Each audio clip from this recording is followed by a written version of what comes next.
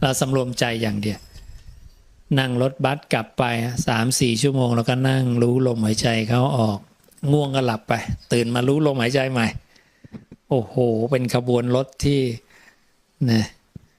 สงสัยเทวดาคุ้มครองยันปลายทางนะ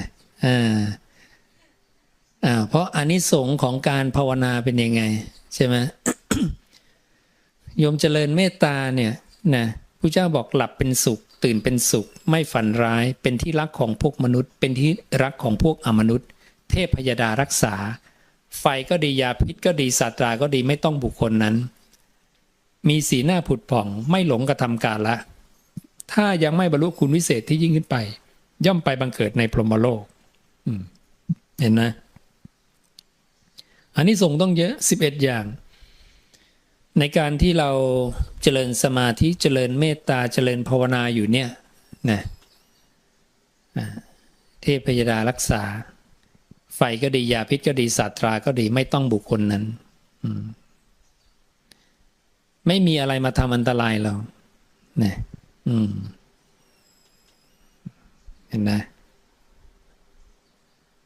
วันนั้นเหมือนกันวันนั้นใครก็เอารถบัสมาเดินทางมาต้องไกลนะยางมาแตกหน้าวัดพอดีแหมดีจังนะเลี้ยวเข้ามาในวัดเสร็จเรียบร้อยนะแล้วถึงแตกนะคนลงเรียบร้อยหมดแล้วคนขับงงเลยยางแตกพอดีจอดเสร็จเรียบร้อยก็ไปติดต่อร้านอะไรที่นนทบุรีอ่ะนะกว่าจะเปลี่ยนล้อเปลี่ยนยางอะไรกันได้นะก็มาขึ้นแม่ลงแม่แรงกันทีเนี้ยนะรักษามาตลอดทางเลยนะอาจจะเสียไม่เป็นไรเดี๋ยวจอดกันล้อหน้าด้วยนะล้อหน้าซ้ายโอ้โหถ้าแตกล้อหน้ากำลังวิ่ง ยุ่งเหมือนกันนะจะควบคุมรถลำบากนะสุรินทร์ใช่ไหมมาจากสุรินทร์วันนั้นคณะจากสุรินทร์มาเ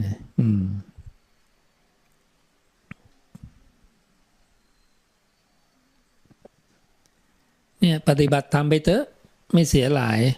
นะมีแต่ประโยชน์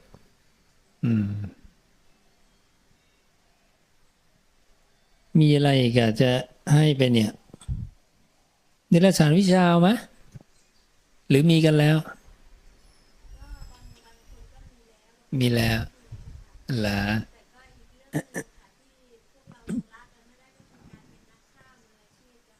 โอ้โอ้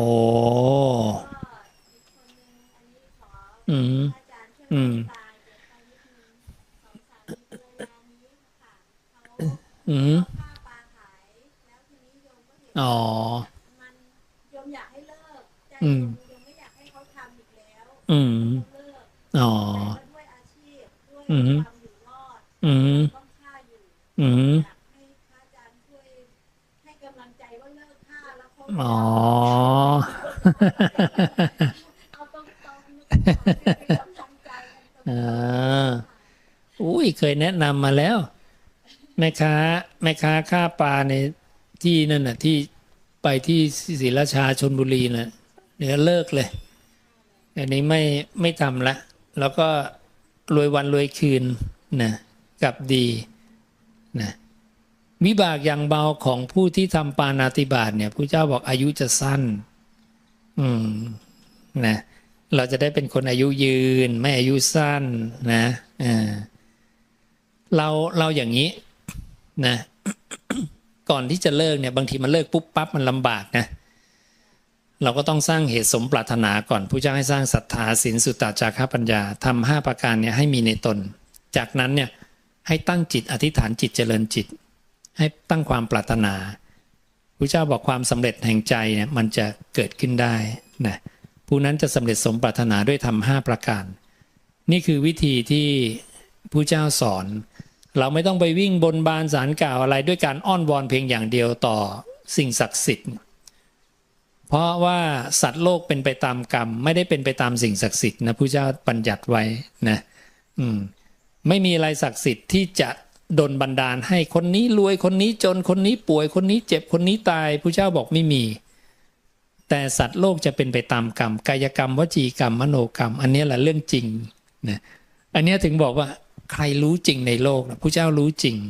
นะเมื่อเรารู้จริงแล้วเนี่ยเราจะได้สร้างเหตุปัจจัยเพื่อแก้ไขได้ถูกต้องไม่งั้นเราก็แก้ไขผิดไง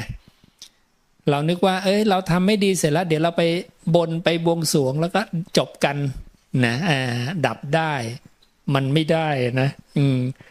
สัตว์ทำกรรมอย่างไรจะต้องรับผลของกรรมนั้นๆสืบไปนะใช่ไหมผลวิบากนั้นแต่จริงๆพวกเราเนี่ยเป็นนักฆ่ามาทุกคนนั่นแหละนะแต่พระเจ้าให้เปลี่ยนใหม่ให้จงเป็นนักฆ่าต่อไปแต่ให้ฆ่ากิเลสนะฆ่าอกุศลนะฆ่ากามพยาบาทเบียดเบียนพระเจ้าบอกให้ฆ่าสิ่งเหล่านี้นะให้ทำลายสิ่งเหล่านี้ดังนั้นเปลี่ยนมุมในการฆ่าของเรามาเป็นการฆ่ากิเลสนะฆ่าราคะโทสะโมหะความโลภโกรธหลงของเราให้หมดไปจากใจและเราจะได้สภาพธรรมที่ไม่ตายกลับคืนมาสู่ตัวเองนะเป็นสภาพธรรมเดิมของพวกเราทุกคนที่เป็นความไม่ตายแต่เราเนี่ยไปพอใจสิ่งที่แก่เจ็บตายแล้วเราวางความพอใจไม่ได้ไงเราต้องฝึกวางความพอใจตรงเนี้ยนะเพราะนั้นวิธีแก้อย่างหนึ่งก็คือ ระหว่างที่เรากำลังสร้างศรัทธาศีลสุตตะจาคะปัญญาเนี่ยนะเราทำความดีอย่างอื่นเสริมเข้าไปเช่นว่าเราเป็นแม่ค้าฆ่าปลาเนี่ยเราก็ไม่จำเป็นจะต้องขโมยไม่จำเป็นจะต้องประพฤติผิดในกามใช่ไหมไม่จำเป็นจะต้องโกหกไม่จำเป็นจะต้องดื่มสุราและเมลัยเราก็รักษาศีลข้ออื่นให้ครบแล้วเราก็นั่งสมาธิได้ไม่มีใครมาห้ามเราดิใช่ไหมมีลูกศิษย์ของนิครนนะเขาเป็นคนฆ่าสัตว์พระเจ้าบอกว่าฆ่าสัตว์หรือไม่ฆ่าสัตว์ในชีวิตของเธอเนี่ยมากกว่ากันใช่ไหมนิครนบอกว่าไม่ฆ่ามากกว่าเพราะเขาไม่ได้ฆ่าตลอด24ชั่วโมงอ่ะเขาฆ่าสัตว์ก็แป๊บเดียวสมมติว่าโยมฆ่าสัตว์ชั่วโมงหนึ่งหรือตบยุง10 นาทีนี้ต้องตบยุงต้องฆ่านะแต่ที่เหลือนั้นน่ะเราไม่ได้ฆ่านะนั่นแสดงว่าไม่ฆ่ามากกว่าการฆ่าเห็นนะกรรมใดที่ทำมากเนี่ยกรรมนั้นจะนำสัตว์ไปดังนั้นอะไรก็ตามที่เราทำมากทำบ่อยทำเป็นปกติที่มากกว่ามันจะพาเราไปดังนั้นกรรมไม่ดีทุกคนมีหมดนะทุกคนมีหมดพระเจ้าเนี่ยเคยดูอดีตประวัติของทุกคนมาแล้วเช็คประวัติทุกคนว่าทุกคนเนี่ย เคยเกิดเป็นโจรฆ่าชาวบ้านมาแล้วตลอดกาลยาวนานเคยเกิดเป็นโจรปล้นชาวบ้านเคยเกิดเป็นโจรประพฤติผิดในกามนะแล้วถูกเขาจับได้นำไปฆ่าตัดคอเลือดที่ไหลออกจากคอเธอน้ำในมหาสมุทรทั้ง4ไม่ได้มากกว่าเลยเลือดมากกว่านั่นแสดงว่าเราเกิดเป็นโจรฆ่าชาวบ้านมาเนี่ยตลอดกาลยาวนานบ่อยมากนะดังนั้นไม่ใช่เพียงแค่โยมทำกรรมทำบาปตรงนี้แค่นั้นนะโยมทำมากกว่านี้มาอีกนานนักแต่นวกรรมกรรมใหม่เนี่ยแก้ไขได้เราสามารถทำกรรมในปัจจุบันเนี่ยให้ดีแล้วล้มอกุศลมูลความไม่ดีที่มีมาตลอดสังสารวัฏเนี่ยได้นี่คือประโยชน์ของมรรคมีองค์8ประโยชน์ของคำพระพุทธเจ้า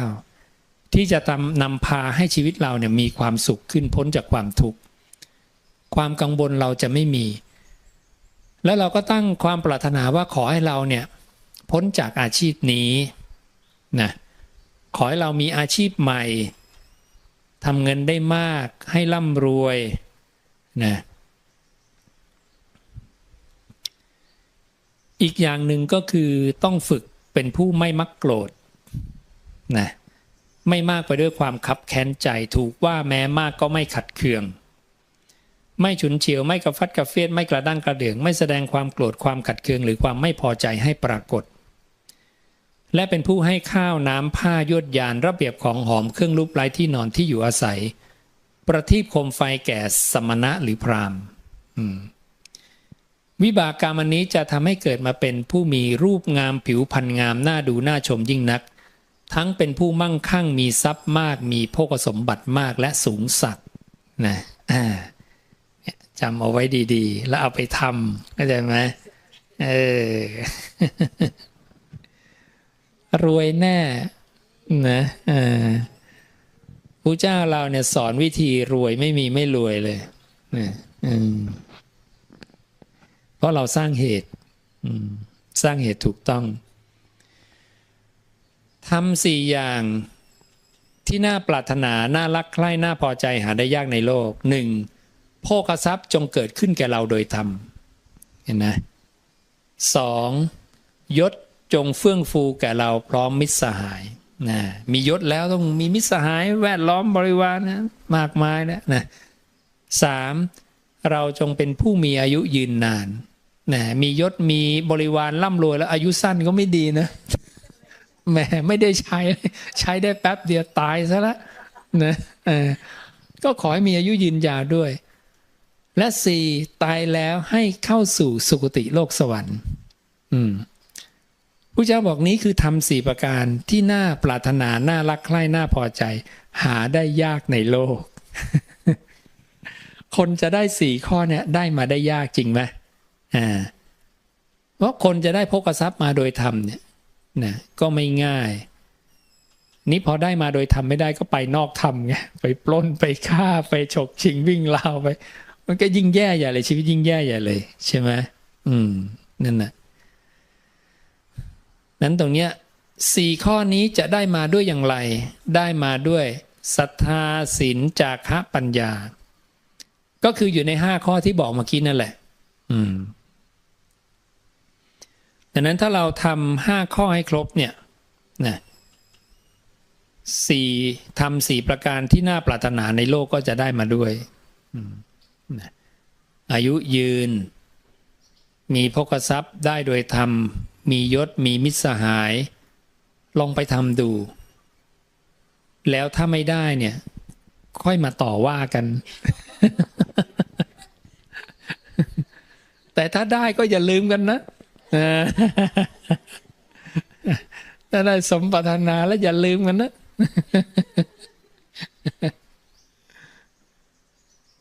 วันนี้อาจารย์พูดได้เคลียร์แล้วค่ะเพราะว่าบางคนอยากรวยแต่ไม่รู้จะทำยังไงบางทีก็มีคนบอกเหมือนกันว่าศรัทธานะมีสุขจาคะปัญญานะแต่การที่บอกว่าตั้งเหตุแห่งความสมปรารถนาเขาก็บอกมันจะตั้งยังไงแต่วันนี้ก็คืออาจารย์บอกว่าก็ขออะไรก็ขอเลยนะขอเลยขออะไรนะตามที่เราเคยขอแล้วขอมันไปเลย แต่เราไม่ได้ขออย่างเดียวไงเราสร้างเหตุด้วยใช่ไหมแล้วเหตุเราไม่ต้องไปหัวหมูใบสีแล้วใครก็ซื้อได้นะ ใช่ไหมประหยัดด้วยใช่ไหมไม่ต้องมีหรอกเราก็นี่ศรัทธาในพระพุทธเจ้ามั่นคงนะอย่างลงมั่นไม่หวั่นไหวศีล 5เราบริบูรณ์กุศลกรรมบท10ไรแล้วเนี่ยเราทำปุ๊บเนี่ยลองดูเลยไม่ได้ให้มันรู้ไปนะสุตตะในวันเนี้ยปฏิจจสุปาโทแผ่นเนี่ยนะเอาไปสวดทุกคืนเลย นี่เป็นบทเดียวที่พระเจ้าทรงสวดด้วยพระองค์เองนะใช่ไหมพระเจ้าสาธยายปฏิจจสมุปาโทนี่ที่จะแจกวันเนี้ยนะปฏิจจสุปาโทเวลาพระองค์อยู่วิเวกหลีกเล่นผู้เดียวพระองค์จะสาธยายอวิชชาปัจจยาสังขาราสังขาระปัจจยาวิญญาณังวิญญาณปัจจยานามะรูปังนามะรูปปัจจยานะสลายยตนังไล่ไปเรื่อยจนถึงภพชาติชรามรณะนะ นี่คือสายเกิดแล้วก็สายดับนะเพราะความจางคลายดับไปโดยไม่เหลือแห่งอวิชชาก็เลยมีความดับแห่งสังขารอวิชชายตะเววะอาเสสะวิลาคานิโรธาสังขาระนิโรโทสังขาระนิโรธาวิญญาณนิโรโทก็ไล่ดับจนกระทั่งชาติชรามรณะดับเนี่ยผู้เจ้าสวดตรงนี้ไม่ถึง5 นาทีสวดเสร็จแล้วสวดบทเดียวพอสบายสวดทุกวันเป็นประจำสม่ำเสมออีกหน่อยก็ชินเป็นนิสัยนะลองทำดูไม่ลองไม่รู้นะนะต้องลองมันถึงจะรู้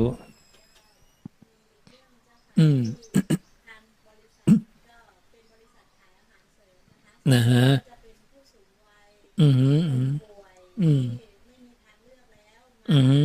สุดท้ายมาเลือกเราก็ไม่รอดก็มีหลายคนแต่ที่ประสบความสำเร็จหลังจากที่ได้เอาธรรมของพระศาสดาไปให้เขาฟังก็จะมีภรรยาของพ่อถาวรมโนสิงห์ที่ได้ฟังจากการเจ็บป่วยแล้วก็สุดท้ายก็เสียชีวิตไปแล้วเจ้าค่ะแล้วตัวของเขาเนี่ยสีทองจะตัดสีเหลืองทองแล้วก็อีกคนนึงขึ้นมาหมาดๆเลยเจ้าค่ะแม่กองอยู่ไหนแม่กองอยู่ไหมอยู่ไหนแม่กองอ๋อเพิ่งเสียหลังจากที่เสียชีวิตก็สงบแล้วก็ผิวดำทองมีหลายคนเจ้าค่ะที่บริษัทเราได้ให้ตรงนี้ไปด้วยก็อยากให้พระอาจารย์อธิบายในเรื่องของว่าทำไมฟังธรรมของพระพุทธเจ้าแล้วผิวถึงเป็นทองแล้วที่ผ่านมาโยมได้เจอผู้คนมาก็เยอะก็เยอะคนที่ไม่ได้ฟังธรรมพระศาสดาเนี่ยจะทรมานก่อนตายทรมานใช่เหี่ยวย่นน่ากลัวใช่แต่คนที่เคยได้ฟังธรรมแล้วก่อนตายเนี่ยเขาจะเหมือนคนนอนหลับใช่ใช่มันอานิสงส์สองสิ่งเนี้ยต่างกันโดยสิ้นเชิงต่างกันเยอะเลยโยมก็เลยอยากจะขอให้พระอาจารย์ช่วยเมตตาอธิบายเรื่องนี้เพราะว่ามันจะได้เป็นทางเลือกที่ทุกคนจะเลือกได้ว่าควรที่จะเดินในทิศทางใดที่ถูกที่ควรก็เดี๋ยวให้เตรียมภกุณสูตรด้วยเนาะแผ่นพับอ่ะนะภกุณสูตรเอาไปแจกด้วยจะได้รู้พระสูตรนะที่พระศาสดาทรงตรัส อันเนี้ยเป็นพระสูตรที่เราค้นพบเจอพอดีพระพุทธเจ้าเนี่ยตรัสกับพระอานนท์ปรารภการตายของภิกขุชื่อภกุณะเนี่ยเป็นภิกขุในธรรมวินัยเนี่ยป่วยได้รับทุกข์เป็นไข้มีอาพาธหนักพระอานนท์ก็เลยเข้าไปเฝ้าพระศาสดาทูลขอพระศาสดาให้ช่วยไปแสดงธรรมให้ภกุณะภิกขุ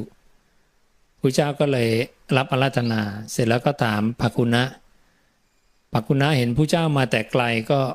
อยากจะลุกขึ้นจากเตียงพระเจ้าก็บอกไม่ต้องอาสนะตรงนี้เรามีเธอนอนบนเตียงนั่นแหละไม่เป็นไรหรอกนะจากนั้นพระเจ้าก็ถามว่าพอทนได้ไหมอาพาธเป็นยังไงบ้างภกุณะก็บอกทนไม่ไหวเลยเจ็บปวดมากนะเหมือน คนเอามีดมากรีดท้องเหมือนคนมาลัดศีรษะนะ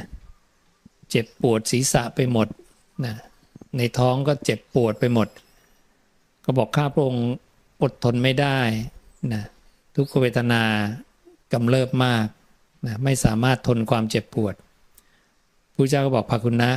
ก็ตั้งใจฟังธรรมนะก็แสดงธรรมให้ฟังเสร็จแล้วพระเจ้าก็จากไป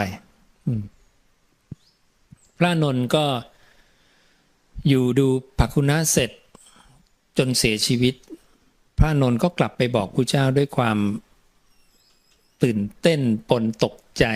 นะบอกว่าหลังจากพระผู้มีพระภาคเสด็จจากมาได้ไม่นานภกุณะก็ทำกาละลงแต่ชวีวันผ่องใสยิ่งนักก็เลยถามพระเจ้าว่าเป็นเพราะอะไร พระเจ้าก็บอกไม่ผ่องใสได้อย่างไรอานนท์ก่อนที่ภคุณภิกขุเนี่ยนะจะได้ยินได้ฟังคำตถาคตเนี่ยยังละสังโยชน์5เบื้องต่ำไม่ได้เลยสังโยชน์เนี่ยมี10ข้อ5เบื้องต่ำกับ5เบื้องสูง5เบื้องต่ำยังละไม่ได้ก็คือเท่ากับมีสังโยชน์เต็ม10ก็คือคนธรรมดาเลยปุถุชนธรรมดาบวชเป็นภิกขุแล้วแต่ก็ยังไม่ได้คุณวิเศษอะไรแล้วพระเจ้าบอกว่าแต่หลังจากฟังคำของตถาคตแล้วเนี่ยภคุณะละสังโยชน์5เบื้องต่ำทั้งหมดได้นะละได้ครบ5ข้อพระเจ้าใช้คำว่าปัญจันนังโอรัมภาคิยานังสัญโยชนานังปริคยา5เบื้องต่ำสังโยชน์สิ้นนะตอนนี้พระเจ้าก็เลยบอกว่าอานิสงส์6ประการของผู้ที่ได้ยินได้ฟังคำตถาคตก่อนสิ้นชีวิตก็เลยเริ่มบัญญัตินะในอานิสงส์6ประการเนี่ยจะแบ่งเป็น3ข้อกับ3ข้อเป็นคน2กลุ่มกลุ่มหนึ่งคือละสังโยชน์5เบื้องต่ำยังไม่ได้กับกลุ่มที่2ละได้แล้วใน2กลุ่มเนี้ยมี3อานิสงส์เหมือนกันข้อ1ก็คือได้ฟังคำสอนจากพระตถาคตโดยตรงเขาได้เห็นตถาคตย่อมแสดงธรรมอันงามในเบื้องต้นงามในท่ามกลางงามในที่สุดประกาศพรหมจรรย์พร้อมทั้งอัฏฐพยัญชนะบริสุทธิ์บริบูรณ์ดีและสิ้นเชิงแก่เธอสังโยชน์5เบื้องต่ำที่ยังไม่สิ้นก็จะสิ้นนะส่วนพวกที่2เนี่ยเขาไม่ได้เห็นตถาคตแต่เขาได้เห็นสาวกของตถาคตสาวกของตถาคตก็แสดงธรรมอันงามในเบื้องต้นท่ามกลางที่สุดก็คือนำคำตถาคตสุขตวินิโยไปแสดงนั่นเองสังโยชน์5เบื้องต่ำที่ยังไม่สิ้นก็จะสิ้นนะข้อที่3เขาไม่ได้เห็นพระพุทธเจ้าไม่ได้เห็นสาวกแต่เขาเนี่ยใคร่ควรเนื้อความแห่งธรรมะโดยกาลอันควรตัวเองเนี่ยมีสุตตะอยู่เองแล้วเคยสั่งสมมาก่อนแล้วใคร่ควรสุตตะนั้นเนี่ยในช่วงมรณกาเลในช่วงเวลาตายสังโยชน์5ที่ยังไม่สิ้นก็จะสิ้นนี่คืออานิสงส์3ข้อนะเราก็เลยได้ทดลองเปิดคำของพระพุทธเจ้าเนี่ยพุทธวจนะเนี่ยให้กับผู้ที่กำลังจะสิ้นชีวิตในช่วงมรณกาเลช่วงหัวเลี้ยวหัวต่อที่กำลังตายไม่ตายเนี่ยเปิดให้ฟังปรากฏได้ผลทุกรายแรกๆเนี่ย2-3 ศพแรกก็ยังไม่มั่นใจใช่ไหมเนาะลองใหม่ลองไปเรื่อยๆไม่มีรายใดไม่ได้ผลเหมือนกับที่พระเจ้าตรัสเลยว่าคำตถาคตให้ผล 100% ไม่มีการไม่ให้ผลพระองค์เรียกว่าเป็นวิเลจนังยาถ่ายอันเป็นอริยะถ่ายความแก่ความเจ็บความตายออกไปนะดังนั้นผู้ที่อินทรีย์ผ่องใสผิวพรรณผ่องใสในช่วงตายหลังจากตายแล้วเนี่ยอินทรีย์จะผ่องใสเพราะได้ฟังคำตถาคตในช่วงมรณกาเลเนี่ยพระเจ้าบอกเขาละสังโยชน์5เบื้องต่ำได้จึงเป็นเหตุให้อินทรีย์เขาผ่องใสนะอันเนี้ยแล้วคนที่ละสังโยชน์5เบื้องต่ำได้เนี่ยคติของเขาคืออะไรเขาจะไปเกิดในสุทธาวาสชั้นที่5อีกครั้งเดียวแล้วจะปรินิพพานนะพวกนี้ไม่ธรรมดานะพวกนี้นี่พรหมชั้นสุทธาวาสนะเป็นอริยบุคคลขั้นอนาคามีสุทธาวาสเนี่ยมี5ชั้นอวิหาอาตัปปาสุทัสสาสุทัสสีอกนิฏฐาพวกนี้จะไปเกิดในชั้นอกนิฏฐาชั้นที่5ของสุทธาวาสนะสุทธาวาสเนี่ยเป็นภพของอนาคามีบุคคลเป็นสุทธาวาสภพเนี่ยเป็นภพเดียวที่ใครไปผุดเกิดที่นั่นแล้วจะต้องปรินิพพานณที่เกิดนั้นไม่เวียนกลับจากที่นั้นเป็นธรรมดานะจะไม่ไปเกิดที่ไหนต่อนั่นคือก็เกิดใช้ชีวิตอีกครั้งเดียวดังนั้นพวกเราทดสอบได้ญาติสาโลหิตเนี่ยใครกำลังใกล้จะสิ้นชีวิตเนี่ยเปิดเลยนะแล้วก็เปิดให้ฟังไปเลยนะทั้งคืนเลยขอคืนหนึ่งเนี่ยเต็มเลยให้ฟังสบายๆอย่าไปรีบเปลี่ยนเสื้อผ้าไปอาบน้ำไม่จำเป็นไม่ใช่กิจที่ควรทำเวลานั้นกิจที่ควรทำเวลานั้นคือให้เขาฟังธรรมะของตถาคต ซึ่งจะทำให้เขาละสังโยชน์5เบื้องต่ำได้และเขาจะปรินิพพานในอนาคตนะหลังจากตายจากพรหมชั้นอากนิฏฐาไปนะนั้นเป็นช่วงจังหวะที่อินทรีย์ของสัตว์แก่กล้าคนเราเนี่ยจะอินทรีย์แก่กล้าในช่วงมรณกาเลใกล้ตายนะแต่ถ้าช่วงอินทรีย์นั้นไม่มีคำของพระตถาคตไปเปิดให้ฟังก็ไม่สามารถที่จะใช้อินทรีย์นั้นในการที่จะบรรลุธรรมได้นะต้องได้ยินได้ฟังในอินทรีย์ของความเป็นสาวกนะเราไม่สามารถรู้ตรัสรู้ในอริยสัจสี่เองได้นอกจากได้ยินได้ฟังมาก่อนนะดังนั้นนี่เป็นเครื่องพิสูจน์นะใครๆก็คงจะได้เห็นแล้วก็มีคนส่งภาพของผู้ที่กระทำการละมาให้อาจารย์เนี่ยเป็นร้อยเป็นพันแล้วล่ะนะผิวผ่องทุกรายได้ผลหมดไม่มีการไม่ได้ผลอันนี้ต้องประจักษ์กับตัวเองแล้วก็จะชัดเอง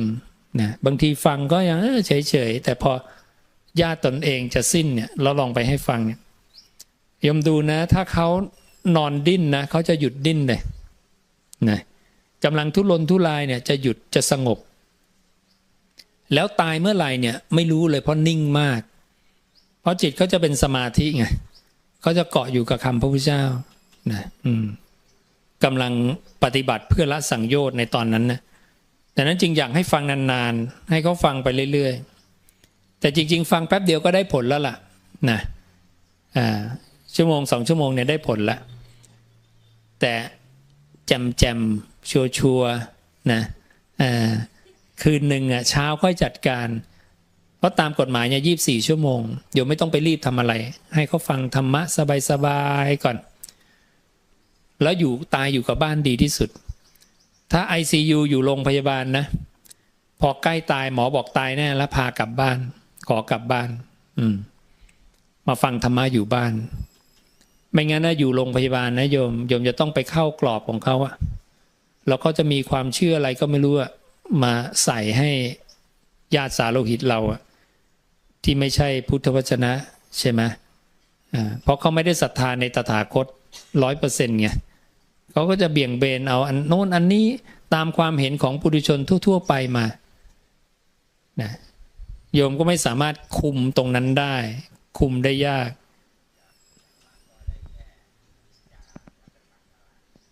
มันก็ไม่ค่อยได้หรอกโยมใช่ไหม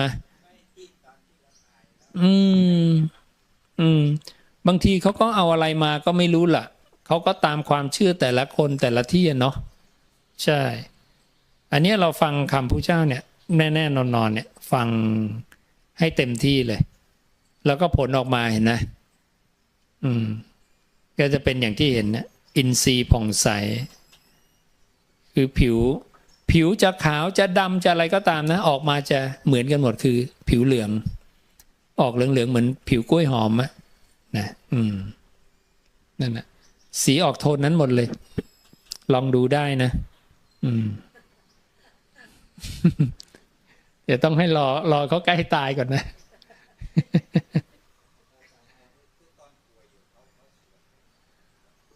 ป่วยอยู่ก็ฟังได้ป่วยอยู่เนี่ยถ้าฟังแล้วผู้เจ้าบอกอาพาธจะระงับไปตามควรแก่ฐานะใช้ในการระงับอาพาธก็ได้นะเนี่ยปฏิจจสุปาโทเนี่ยหรือสัญญา10 ประการอานาปานสติเนี่ยให้ฟังเนี่ยอาพาธจะระงับใช่ไหมเทปซีดีเนี่ยมีเนี่ยนะให้ฟังไปเลยนะอย่าลืมนะไปลองหรือนี่ก็ได้เนี่ยสัตว์ตายนี่ก็ลองได้นะปกติสัตว์เดรัจฉานเนี่ยบรรลุธรรมไม่ได้นะอันเนี้ยต้องมีสุตตะต้องรู้ขั้นตอนการเปลี่ยนถ่ายภพเนี่ยถึงจะอธิบายได้ว่าทำไมศพของสัตว์ที่ฟังคำพระพุทธเจ้าแล้วเนี่ยมันไม่เหมือนกับศพสัตว์ตายทั่วไปลองดูนะสุนัขตายแมวตายนะหมูหมากาไก่ตายนกตายอะไรเนี่ยนะนี่เพิ่งเห็นคลิปก็ส่งกันมาเนี่ย พระลาวไม่พระลาวหรือใครนะคนลาวหรือนั่นน่ะก็เอานกพึ่งตายเนาะครึ่งชั่วโมงแข็งทื่อเลยคอแข็งขาแข็งปีกแข็งพึ่งตายมาครึ่งชั่วโมงอะเปิดพุทธวจนะให้ฟัง5 ชั่วโมงเสร็จตอนเย็นมาจับตัวนิ่มทั้งตัวคอพับอ่อนทั้งตัวเลยนะปีกเปิดกลางได้แขนขาไม่เหมือนกับศพสัตว์ตายทั่วๆไปนะเป็นเพราะอะไรอันนี้โยมต้องศึกษาคำพระองค์ก่อนเพราะพระเจ้าบอกช่วงตายของคนเราเนี่ยมันจะมี2 ขยักคือกายแตกกับชีวิตแตกขณะที่กายแตกชีวิตไม่ได้แตกพร้อมกันนะชีวิตแตกหมายถึงจิตใจของโยมที่ยึดในร่างกายเนี่ยมันไม่ได้ถอนอุปทานความยึดแล้วไปพบใหม่ณเวลาที่กายพังนะกายพังเช่นสมองตายหัวใจหยุดเต้นอะไรก็ตามที่หมอเขาบอกตายแล้วคนเนี้ยอุปทานความยึดมั่นไม่ได้ตายไปพร้อมกัน แต่จะเกิดทีหลังอีกนิดหนึ่งซึ่งไม่รู้ว่ากี่ชั่วโมงตรงเนี้ยนะพระเจ้าไม่ได้มีบัญญัติเอาไว้ทีนี้เราเหตุปัจจัยเนี้ยมันก็เจอโดยบังเอิญไงเนื่องจากคนที่เขาจะเอาคำพระพุทธเจ้าเนี่ยไปให้คนใกล้ตายฟังแต่ไปไม่ทันดันตายไปก่อน เราก็โทรมาถามเราก็บอกเปิดฟังไปเถอะลองดูนะดีกว่าไม่ได้ฟังเขาก็ไปลองเปิดตายไป1-2 ชั่วโมงแล้วปรากฏว่าผิวพรรณผ่องใสศพหนึ่งก็แล้วผ่านไปอีกสักระยะหนึ่งมีเคสคล้ายๆกันแบบนี้อีกคือตายไปแล้วก็ลองได้ผลอีกก็เลยมาสังเกตในพระสูตรผู้เจ้าบอกกายแตกชีวิตแตกกายแตกชีวิตแตกพูด2 ขยักนี้ทุกครั้งเลยนะก็เลยทีนี้เลยง่ายเลยว่าตายใหม่ๆเนี่ยก็ยังให้ฟังได้ผลก็เก็บข้อมูลมาเรื่อยๆนะเก็บข้อมูลมาเนี่ยประมาณ16 ชั่วโมงหลังจากตายแล้วที่ก็ยังได้ผลโยมที่อยู่คลอง12ใกล้ๆเนี่ยลูกสาวตายเป็นไข้นะอันนี้ก็เพิ่งมารู้เพิ่งมามีคนบอกก็ทิ้งไว้เป็นคืนแล้วนะคืนผ่านไปแล้วประมาณ16 ชั่วโมงเพิ่งจะไปให้ฟังปรากฏว่าก่อนเผาเนี่ยเปิดมาผิวอินทรีย์ผ่องใสเลยนะเขาก็เลยมาถ่ายรูปส่งข่าวมาให้ทราบก็เป็นคนรู้จักกันที่เคยซื้อที่ผืนเนี้ยให้ผืนที่เป็นวัดเนี่ยให้นะเป็นคนขับเรืออยู่คลอง12เนี่ยนะนั่นน่ะดังนั้นไม่ต้องสนใจหน้าที่เราคือเอาคำพระเจ้าไปถึงหูเขาให้ได้ไปถึงตัวเขาให้ได้แล้วเปิดให้เขาฟังนะอยู่ในโรงก็ใส่วิทยุเข้าไปในโรงเลยเตรียม power bank อะไรให้เรียบร้อยเปิดทิ้งเลยนะสละไปเลยเครื่องวิทยุเครื่องนั้นนะไม่ต้องสนใจไม่ต้องเสียดายนะราคาไม่กี่ตังค์คุ้มค่ากับการเปลี่ยนภพเปลี่ยนชาติของเขาเพราะว่าถ้าเขาไม่ได้ตรงนี้เนี่ยปุถุชนทั่วไปหลังจากตายแล้วเนี่ยไปเกิดในทุกขติเกือบทั้งหมดที่พระเจ้าทรงตรัสไว้นะมนุษย์ปริมาณเท่าดินมหาปฐพีหลังจากตายแล้วเนี่ยไปเกิดในนรกกับเนรชานเปรตวิสัยเกือบทั้งหมดมีมนุษย์เพียงปริมาณแค่เศษดินปลายเล็บเนี่ยหลังจากตายแล้วเนี่ยได้กลับมาเกิดเป็นมนุษย์หรือเทวดาซ้ำนะจะอยู่ในพระสูตรที่พระเจ้าบอกสัตว์ที่จุติจากมนุษย์ไปแล้วกลับมาเกิดเป็นมนุษย์มีน้อยโดยที่แท้แล้วสัตว์ที่จุติจากมนุษย์ไปแล้วกลับไปเกิดในนรกกับเนรชานเปรตวิสัยมีมากกว่าโดยแท้ดังนั้นคำว่ามากกับน้อยของพระเจ้าเนี่ยมากคือดินมหาปฐพีน้อยคือเศษดินปลายเล็บที่พระเจ้าเอาเล็บเขี่ยเศษดินขึ้นมานิดเดียวนะแล้วก็ตัดครั้งที่2สัตว์ที่จุติจากมนุษย์ไปแล้วกลับไปเกิดเป็นเทวดามีน้อยโดยที่แท้แล้วสัตว์ที่จุติจากมนุษย์ไปแล้วกลับไปเกิดในนรกกับเนรชานเปรตวิสัยมีมากกว่าโดยแท้นะ ตกนรกเท่าดินมหาปฐพีมาเกิดเป็นมนุษย์หรือเทวดามีเพียงแค่เศษดินปลายเล็บปริมาณน้อยมากดังนั้นโอกาสที่เราจะไปเกิดในทุกขติมันมีสูงมากนะมันเป็นเดิมพันชีวิตกันเลยก็อยากให้พวกเรามีเมตตาต่อญาติสาโลหิตด้วยการเปิดคำพระพุทธเจ้าให้เขาฟังแล้วเราจะเป็นประจักษ์พยานด้วยตัวเราเองว่าผิวพรรณเขาไม่เหมือนศพปกติอินทรีย์ผ่องใสนะเหมือนกับที่ทุกๆคนที่ผ่านมาหลายคนที่เคยเจอนะก็จะเป็นอย่างนั้นทำให้เรารู้ว่าเนี่ยคือคำพระเจ้าจริงๆและมีปาฏิหาริย์จริงพระองค์เรียกตรงนี้ว่าอนุสาสนีปาฏิหาริย์ปาฏิหาริย์คือคำสอนของตถาคตนะประกอบด้วยปาฏิหาริย์เนี่ยภกุณสูตร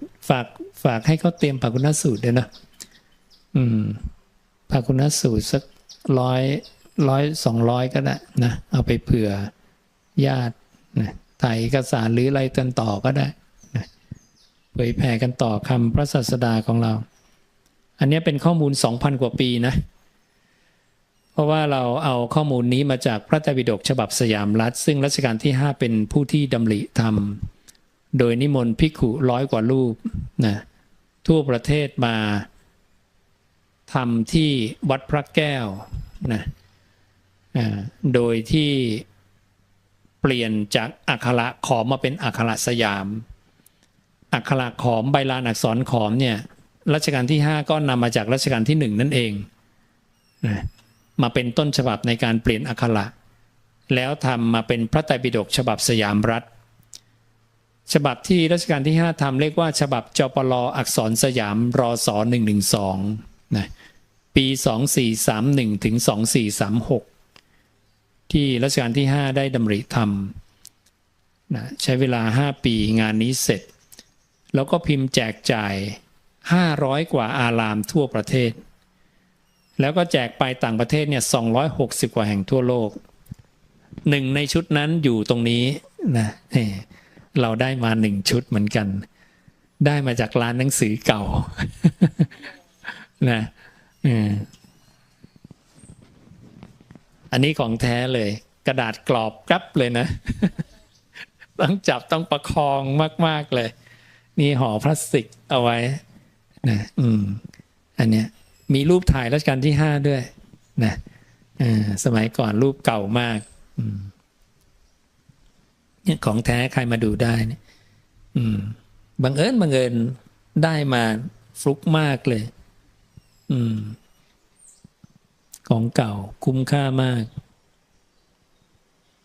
แถวบนสุดนะแถวบนสุดเรียกว่าพระไตรปิฎกจปลอักษรสยามรศ112ดังนั้น 2,000 กว่าปีเนี่ยไม่ได้นานมากหรอกคำพระพุทธเจ้าเนี่ยได้รับการสืบทอดมาต่อเนื่องจากกษัตริย์ต่อกษัตริย์ยุคต่อยุคนะถ้าสาวไปเนี่ยร.5เอามาจากรัชกาลที่1แล้วร.1เนี่ยเอามาจากใครเอามาจากลาวและลามันเราไปหาข้อมูลจาก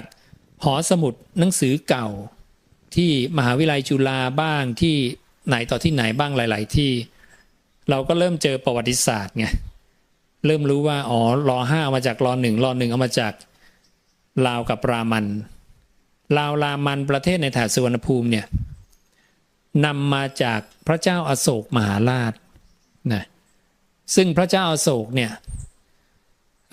อยู่ประมาณปีพ.ศ. 200 กว่าหลังจากผู้เจ้าทรงปรินิพพานได้200 กว่าปีพระเจ้าอโศกเนี่ยส่งสมณทูตไป9 สายกระจายไปทั่วโลกนะที่สำคัญมาในดินแดนสุวรรณภูมินะทางประเทศเราเนี่ยจึงมีพุทธศาสนาไงนะพม่าลาวเขมรไทยเนี่ยศาสนาพุทธหมดเพราะว่าพระเจ้าอโศกนั่นเองนะนั้นจากนั้นเนี่ยรัชกาลที่1เนี่ยได้นิมนต์ภิกขุมา 200 กว่ารูปมาช่วยกันบันทึกลงในใบลานจานลงในใบลานนะเป็นอักษรขอมแล้วเก็บไว้ที่ตอนนี้เก็บไว้ที่หอมนเทียนธรรมที่วัดพระแก้วนะนั้นของรัชกาลที่1ก็ยังอยู่นะใบลานอักษรขอมยังอยู่ ตัวใบลานอักษรขอมมาถึงร.5 เปลี่ยนมาเป็นหนังสือมาเป็นอักษรสยามเพราะรัชกาลที่5คิดว่าพระไตรปิฎกของประเทศใดก็ควรจะมีภาษาของประเทศนั้นๆอักขระของประเทศนั้นๆดังนั้นพระไตรปิฎกเนี่ยก็จะมีอักษรเขมรอักษรลาวอักษรสิงหนของศรีลังกาอักษรฮินดีของอินเดียอักษรสยามของไทยอย่างเงี้ยนะแล้วเราก็นำมาทำเป็นหนังสือเล่มเล็กๆอย่างนี้นะก็เลยบอกว่าข้อมูลในหนังสือนี้คือ 2,000 กว่าปีนะไม่มีการแต่งใหม่นะไม่แต่งอะไรใหม่ไม่มีคำของภิกขุรูปใดในโลกของพระเจ้าพระองค์เดียวนะและนี่คือองค์แทนศาสดาต่อไปนะธรรมะก็ดีวินัยก็ดีที่ทรงแสดงแล้ว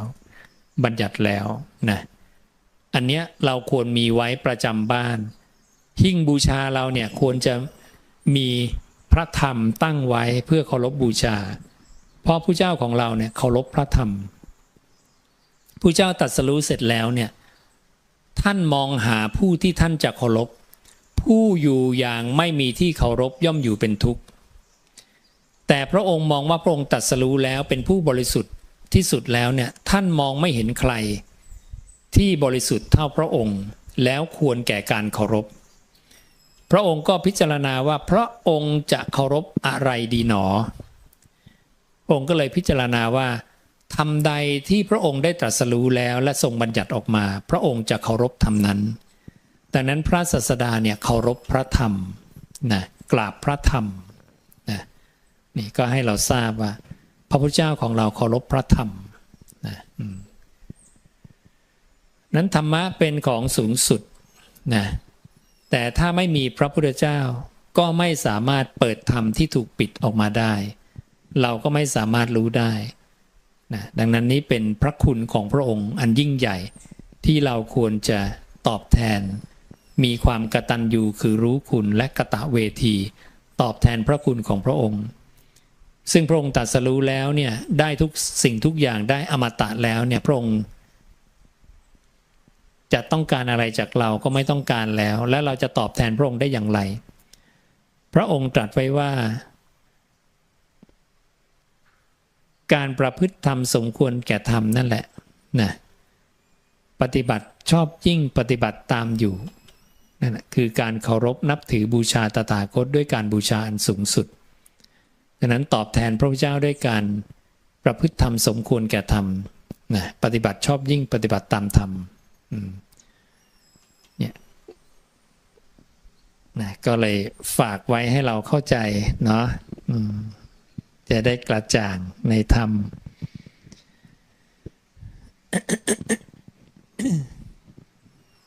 สงสัยอะไรกันอีกไหมล่ะ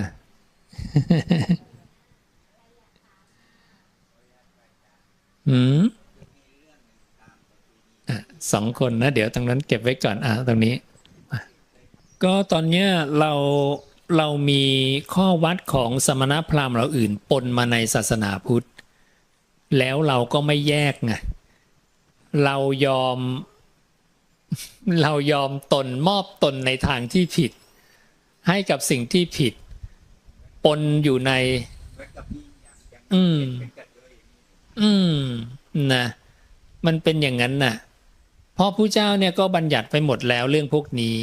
บอกว่าอันนี้ผู้เจ้าไม่ได้สอนไม่ใช่หนทางสู่ความพ้นทุกข์แล้วผู้เจ้าก็ห้ามทำนะเพราะมันเป็นความเข้าใจผิดหลงผิดคนจะไปยึดถือสิ่งที่ไม่ใช่สารณะว่าเป็นสารณะนะดังนั้นการจะแผ่ส่วนบุญส่วนกุศลอุทิศบุญกุศลต่างๆเนี่ยสำเร็จที่เจตนานะไม่ต้องมีอุปกรณ์อะไรเลยก็ได้ง่ายกว่าและถูกต้องด้วยมันไม่ได้เกี่ยวว่าง่ายว่ายากอีกนะมันคือถูกหรือไม่ถูกสำเร็จประโยชน์หรือไม่สำเร็จถูกต้องมาใช่ไหมถ้าเราทำไปแล้วไม่สำเร็จประโยชน์เนี่ยเหมือนเขาเผากระดาษเผานั่นโน่นนี่อะไรเนี่ยนะมันคนตายมันไม่ได้หรอกนะเพราะว่าอะไรเพราะว่ากายกรรมวจีกรรมมโนกรรมผู้เจ้าทรงตรัสนะ ผู้เจ้าบอกพราหมณ์เนี่ยมีพราหมณ์อยู่คนหนึ่งเนี่ยเขามาถามผู้เจ้าว่า พระเจ้าเนี่ยช่วยให้ญาติเขาเนี่ยไปสวรรค์ได้ไหมญาติเขาเพิ่งตายแล้วมีพราหมณ์อยู่คนเนี่ยเขาบอกว่าเขาเนี่ยสวดสรรเสริญอ้อนวอนเดินเวียนรอบแล้วก็คนตายจะได้ไปสวรรค์เนี่ยก็มาขอพระเจ้าบ้างให้พระเจ้าไปสวดสรรเสริญอ้อนวอนเดินเวียนรอบเนี่ยจะให้ไปทำ แบบของคนอื่นเขาใช่ไหมแทนที่จะมาขอให้พระเจ้าทำในแบบที่พระเจ้าทรงรู้ทรงเห็นใช่ไหมพระเจ้าก็บอกว่าถึงจะสวดสรรเสริญอ้อนวอนเดินเวียนรอบเท่าไหร่ก็ตามถ้าคนนั้นเนี่ยประพฤติกายทุจริตวจีทุจริตมโนทุจริตคนนั้นก็ต้องไปเกิดในนรกอยู่ดีเห็นไหมว่าสัตว์โลกเป็นไปตามกรรมไม่ได้เป็นไปตามการดลบันดาลการอ้อนวอนการสวดของใครเข้าใจไหมนี่ไงความเข้าใจผิดแบบอื่นที่อื่นนะมันถูกปะปนเข้ามาในวัดวาอารามในพุทธศาสนาไงเข้าใจไหมเราก็ต้องแยกเราไม่ได้ไม่ให้ศรัทธานะถ้าใครคิดศรัทธาคนนั้นก็ได้แต่ถ้าคุณศรัทธาพระพุทธเจ้าคุณก็ทำตามแบบพระเจ้าสิใช่ไหมคุณบอกศรัทธาพระเจ้าแต่คุณไปทำตามคนอื่นอันนี้มันศรัทธาไหมล่ะใช่ป่ะมันก็งงๆนะถ้าพระเจ้าเป็นอาจารย์เราประทับนั่งอยู่ตรงนี้ก็คงงงนะเธอศรัทธาตถาคตแต่ไปทำตามคนอื่นใช่ไหมเนี่ยจริงๆเรื่องง่ายๆไม่เราตรงๆอ่ะศรัทธาพระเจ้าก็เชื่อพระเจ้าก็ทำตามพระเจ้าพระเจ้าบอกสวดอย่างนี้ให้ฟังอย่างนี้เราก็ฟังทำตามสำเร็จประโยชน์เหมือนการทำบุญบ้านน่ะนะทำบุญบ้านเราจะทำยังไงพระเจ้าบอกอานิสงส์5ประการของการที่สมณะเข้าบ้านแล้วเนี่ยเราจะได้อานิสงส์การที่เรามีจิตเลื่อมใสในนักบวชผู้มีศีลเข้าไปสู่บ้านเรือนของผู้ใดนะนี้เป็นไปเพื่ออะไรสุคติโลกสวรรค์เห็นนะ เราต้องทำจิตเลื่อมใสก่อนภิกขุมาเข้าสู่บ้านเรือนเนี่ยภิกขุผู้มีศีลเข้ามาสู่บ้านเรือนเนี่ยเรามีจิตเลื่อมใสไหมใช่ไหมถ้าเราไม่เลื่อมใสไม่เกิดปิติใจนี่ไม่ได้สุคติโลกสวรรค์นะใช่ไหมอันที่สองเนี่ยเราลุกลับกราบไหว้ให้อาสนะไหมเนี่ยเรื่องพื้นๆง่ายๆเลยโยมนาดญาติโยมมาเนี่ยนะพ่อมาแม่มาพี่น้องมายังเชิญเขานั่งเลยใช่ไหมแต่พระมาไม่เชิญนั่งเนาะมันได้ไหมเนี่ยแค่เราลุกลับกราบไหว้ให้อาสนะนะอันเนี้ยเป็นไปเพื่อการเกิดในตระกูลสูงนะอ่อนน้อมไงเราอ่อนน้อมถ่อมตนนะใช่ไหมต้อนรับนักบวชนะใช่ไหมการกำจัดความตระหนี่อันเป็นมลทินนะกำจัดความตระหนี่ที่เหนียวความหวงแหนในใจเป็นไปเพื่อการได้เกียรติศักดิ์อันใหญ่การจำแนกแจกทานในนักบวชผู้มีศีลผู้เข้าไปสู่บ้านเรือนของผู้ใดนั้นเป็นไปเพื่อการได้โภคะอันใหญ่เห็นไหมกี่ข้อแล้วใจเลื่อมใส1นะใช่ไหมลุกลับกราบไหว้2กำจัดความตระหนี่3นะให้ทานจาคะ4นะข้อ5อะไรเห็นไหมเนี่ยเราทำบุญบ้านก็ทำแค่นี้จบแล้วข้อ5การได้ฟังธรรมะในนักบวชผู้มีศีลผู้เข้าไปสู่บ้านเรือนของผู้ใดนั้นเป็นไปเพื่อการได้ปัญญาอันใหญ่โยมก็นิมนต์ท่านแสดงธรรมของพระพุทธเจ้ากระผมอยากฟังธรรมะพระพุทธเจ้านะพระคุณเจ้าเป็นทายาทแห่งธรรมะของพระเจ้าโปรดแสดงธรรมให้แก่ข้าน้อยด้วยเถิดนะใช่ไหมก็ขอท่านขอธรรมะท่านไงใช่ไหมเราก็ได้ฟังธรรมนี่ได้5ข้อครบเลยนะโยมทำแค่นี้ไม่มีอะไรเลยเห็นไหมง่ายๆเห็นไหมอยากถวายทานก็ถวายไปสิถวายข้าวน้ำผ้ายวดยานระเบียบของหอมเครื่องรูปไล้ที่นอนที่อยู่อาศัยประทีปโคมไฟแก่สมณะหรือพราหมณ์ตามสบายตามสะดวกถวายอะไรก็ถวายตามสติกำลังพระเจ้าบอกให้ถวายทานตามสติกำลังง่ายไหมง่ายทำบุญบ้านเราง่ายแค่นี้ไม่มีอะไรนิมนต์ท่านมาวางจิตเลื่อมใสลุกลับกราบไหว้ให้อาสนะท่านจัดที่นั่งที่อะไรให้เรียบร้อย นิมนต์ครับท่านอาจารย์นั่งตรงนี้ครับภิกขุที่ติดตามนั่งตรงนี้ครับนะแล้วก็ถวายน้ำให้ท่าน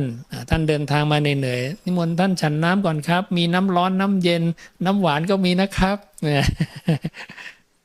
นี่ชากาแฟครับอย่างงดอย่างนี้ใช่ไหมจากนั้นก็อะไรลุกลับกราบไหว้แล้วให้อาสนะแล้วใช่ไหมก็กำจัดความตระหนี่เป็นมลทินเอาละเดี๋ยวเราตั้งในใจเดี๋ยวเราจะจำแนกแจกทานนะนี้ได้มาเกียรติศักดิ์อันใหญ่ละจากนั้นเราก็จำแนกแจกทานเราก็เตรียมอะไรเราจะเตรียมบาตรจีวรถวายผ้าไตรถวายข้าวน้ำผ้านะเรื่องผ้าก็ผ้าไตรจีวรถวายท่านก็ได้ถวายบาตรก็ได้นะถวายอาหารให้ท่านผู้ให้โภชนะชื่อว่าให้กำลังเห็นนะเป็นเหตุให้อายุยืนอย่างนี้เราก็ถวายอาหารท่านก็ให้ท่านได้ขบฉันนะถวายเสร็จแล้วท่านก็อนุโมทนาในที่นั่งฉันนั้นนะเราก็รับอนุโมทนาเสร็จนะเราก็ขอฟังธรรมเห็นนะก็ไม่มีอะไรนะง่ายเนี่ยพอท่านแสดงธรรมจบเราก็ส่งท่านขึ้นยานพาหนะกลับนะจบแล้ว ได้อานิสงส์ผลบุญครบตามที่พระเจ้าทรงบัญญัติไม่มีอะไรยุ่งยากเลยเห็นไหมภิกขุมาก็มาฉันแสดงธรรมกลับแค่นั้นนะจบภารกิจและของนักบวชทำตรงตามหน้าที่ไม่ทำอย่างอื่น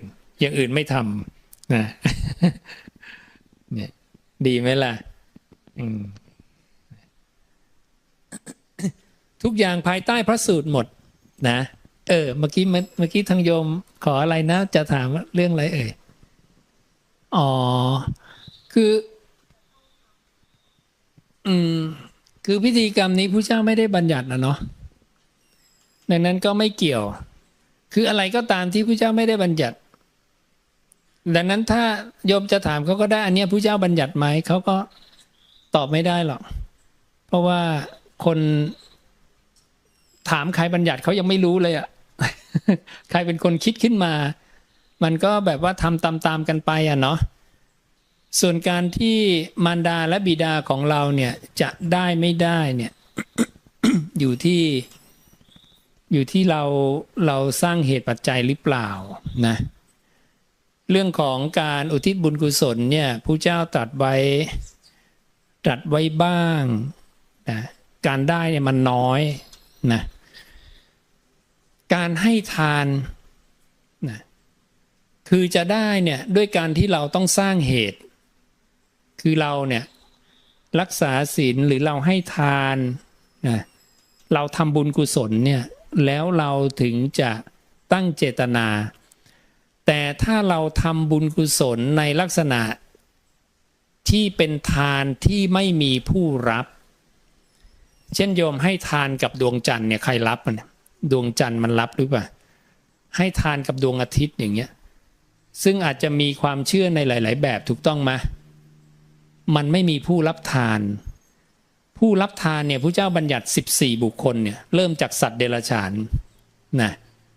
สัตว์เดรัจฉานปุถุชนทุศีลปุถุชนมีศีล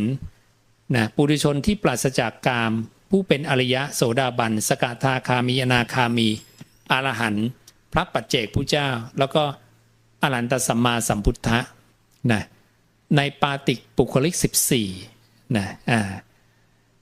ดังนั้นถ้าเป็นกรณีของทานที่ไม่มีผู้รับเนี่ยมีคนมาถามพระพุทธเจ้าว่าทานเนี้ยจะถึงแก่ญาติสาโลหิตเขาไหมพระเจ้าบอกว่าถึงในฐานะและไม่ถึงในอฐานะเขาก็ถามต่อแล้วฐานะคืออะไรอฐานะคืออะไรพระเจ้าบอกถ้าญาติเธอไปเกิดเป็นเทวดาเทวดามีอาหารของเทวดาทานนี้ไม่ได้ถ้าญาติเธอไปเกิดเป็นมนุษย์มนุษย์มีอาหารของมนุษย์ทานนี้ไม่ได้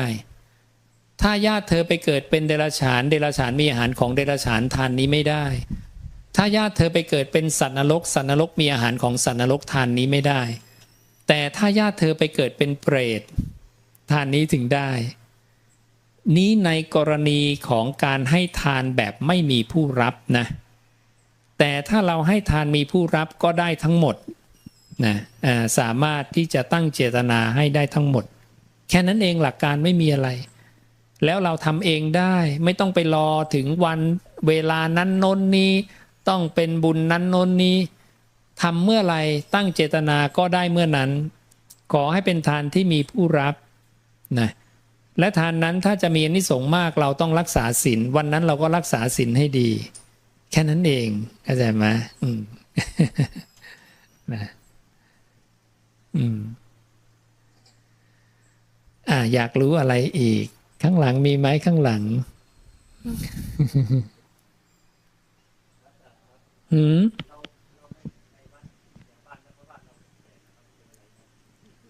อ๋อนะก็ คือเราก็คงไม่มีโอกาสไปวัดได้ทั้ง30,000 วัดในประเทศนะเนาะไปไม่ไหวหรอกนะนี่เราก็คงไปได้แค่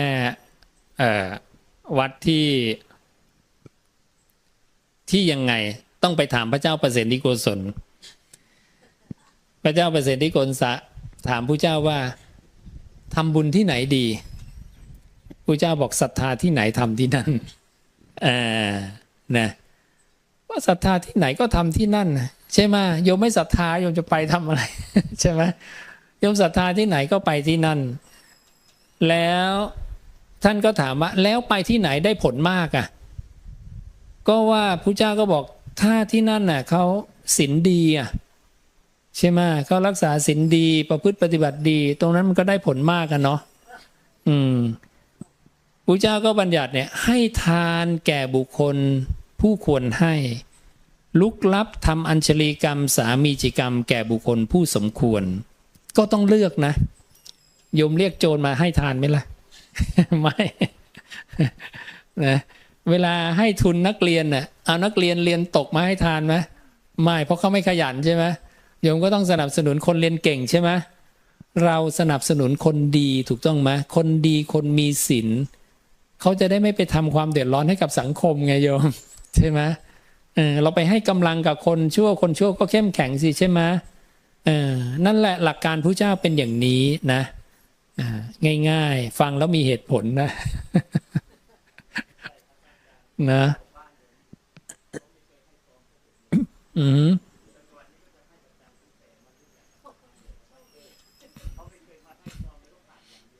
อ๋อ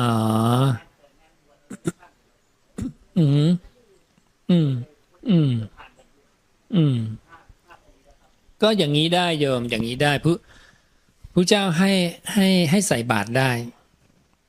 ให้อาหารบิณฑบาตอุบาลีข้าบดีเนี่ยเขาเป็นลูกศิษย์ของเจ้านิครนแล้วเจ้านิครนเนี่ยสั่งอุบาลีมาล้มวาทะผู้เจ้าดึงผู้เจ้ามาเป็นลูกศิษย์เราให้ได้แน่นะลูกศิษย์เอกอุบาลีก็ไปเลยจะล้มวาทะผู้เจ้าปรากฏว่าแพ้ด้วยเหตุผลอุบาลียอมรับในธรรมแล้วก็ได้ดวงตาเห็นธรรมเป็นโสดาบันจากนั้นอุบาลีเนี่ยปิดประตูนิเวศต่อเจ้านิครนนะแล้วก็ประกาศความเริ่มใสศรัทธาใน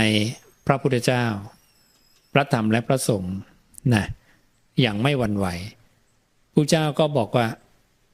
ให้พิจารณาให้ดีก่อนนะท่านเป็นคนมีชื่อเสียงในสังคม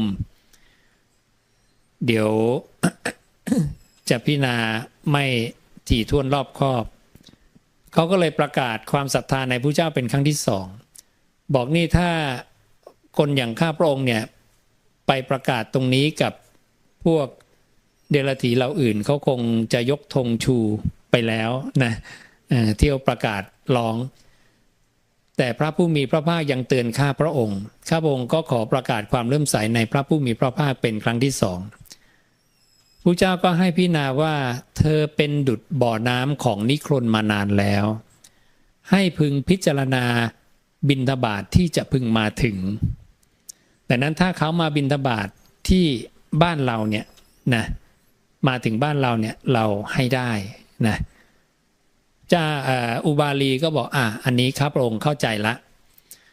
ก็เลยสั่งนายประตูนิเวศของตัวเขาเนี่ยว่าถ้าเจ้านิครนมาเนี่ยแต่ก่อนเนี่ยจะเปิดประตูนิเวศอยากได้อะไรหยิบไปเลยตามสบายเขารวยมากนะตอนนี้เขาให้ปิดประตูนิเวศของเขาไม่ต้อนรับเจ้านิครนแล้วก็ลูกศิษย์ แต่ถ้าเจ้านิครนหรือลูกศิษย์มาให้เข้าไปถามให้นายประตูไปถามว่าต้องการอาหารบิณฑบาตไหมถ้าเขาต้องการให้นำอาหารบิณฑบาตไปให้พระเจ้าก็ใช้คำว่าให้พิจารณาบิณฑบาตที่จะพึงมาถึงถ้าเขาเดินมาที่นิเวศของเราเพื่อต้องการอาหารในการจาริกบิณฑบาตเนี่ยนะก็ให้พิจารณาตรงนี้ด้วยดังนั้นอุบาลีข้าพดีซึ่งเป็นโสดาบันแล้วเนี่ยก็เลย สั่งนายประตูถ้าเขาต้องการอาหารบิณฑบาตให้นำอาหารบิณฑบาตมาให้นะนะอันนี้ก็เป็นอันหนึ่งเนาะ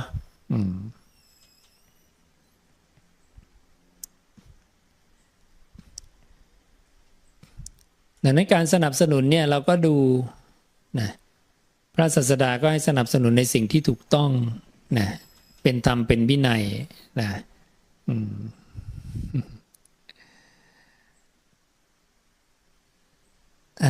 พอดีไหมนะหมดคำถามแล้วเดี๋ยวจะได้รับของถ่ายรูปกันไหมล่ะได้ถ่ายรูปกันด้วยเนาะสุดท้ายว่า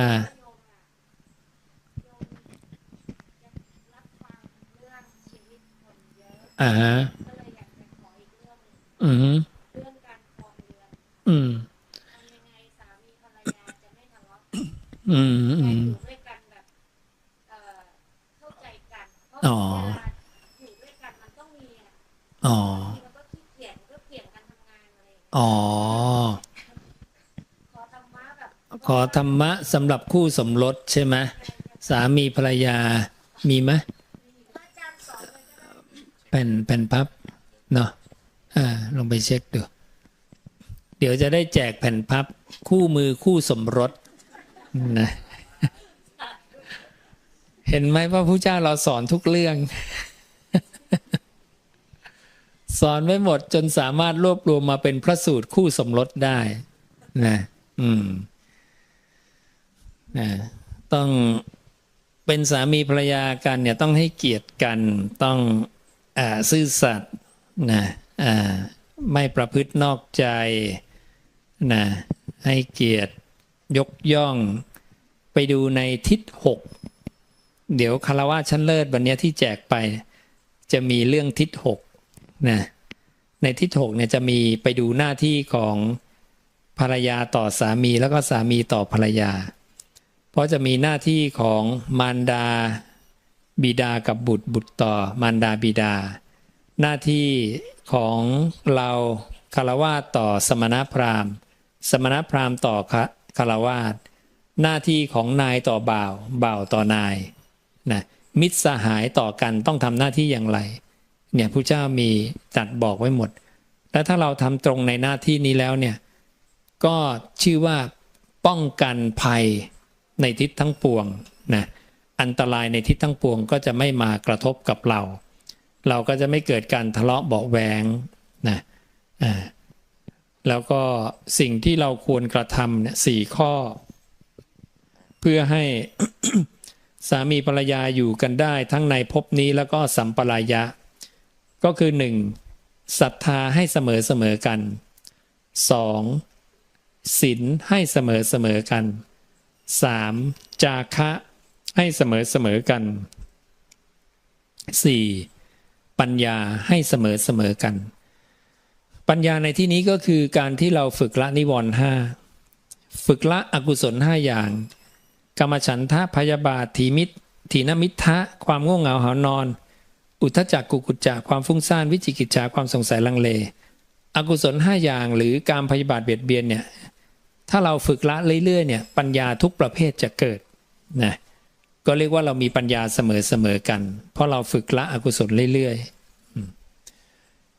ๆ คู่ใดก็ตามที่มีศรัทธาศีลจาคะปัญญาเสมอกันเนี่ยนะสามีภรรยาคู่นั้นจะอยู่กันได้ตลอดทั้งในภพนี้และสัมปรายะหลังจากตายไปแล้วก็ยังได้พบกันอีก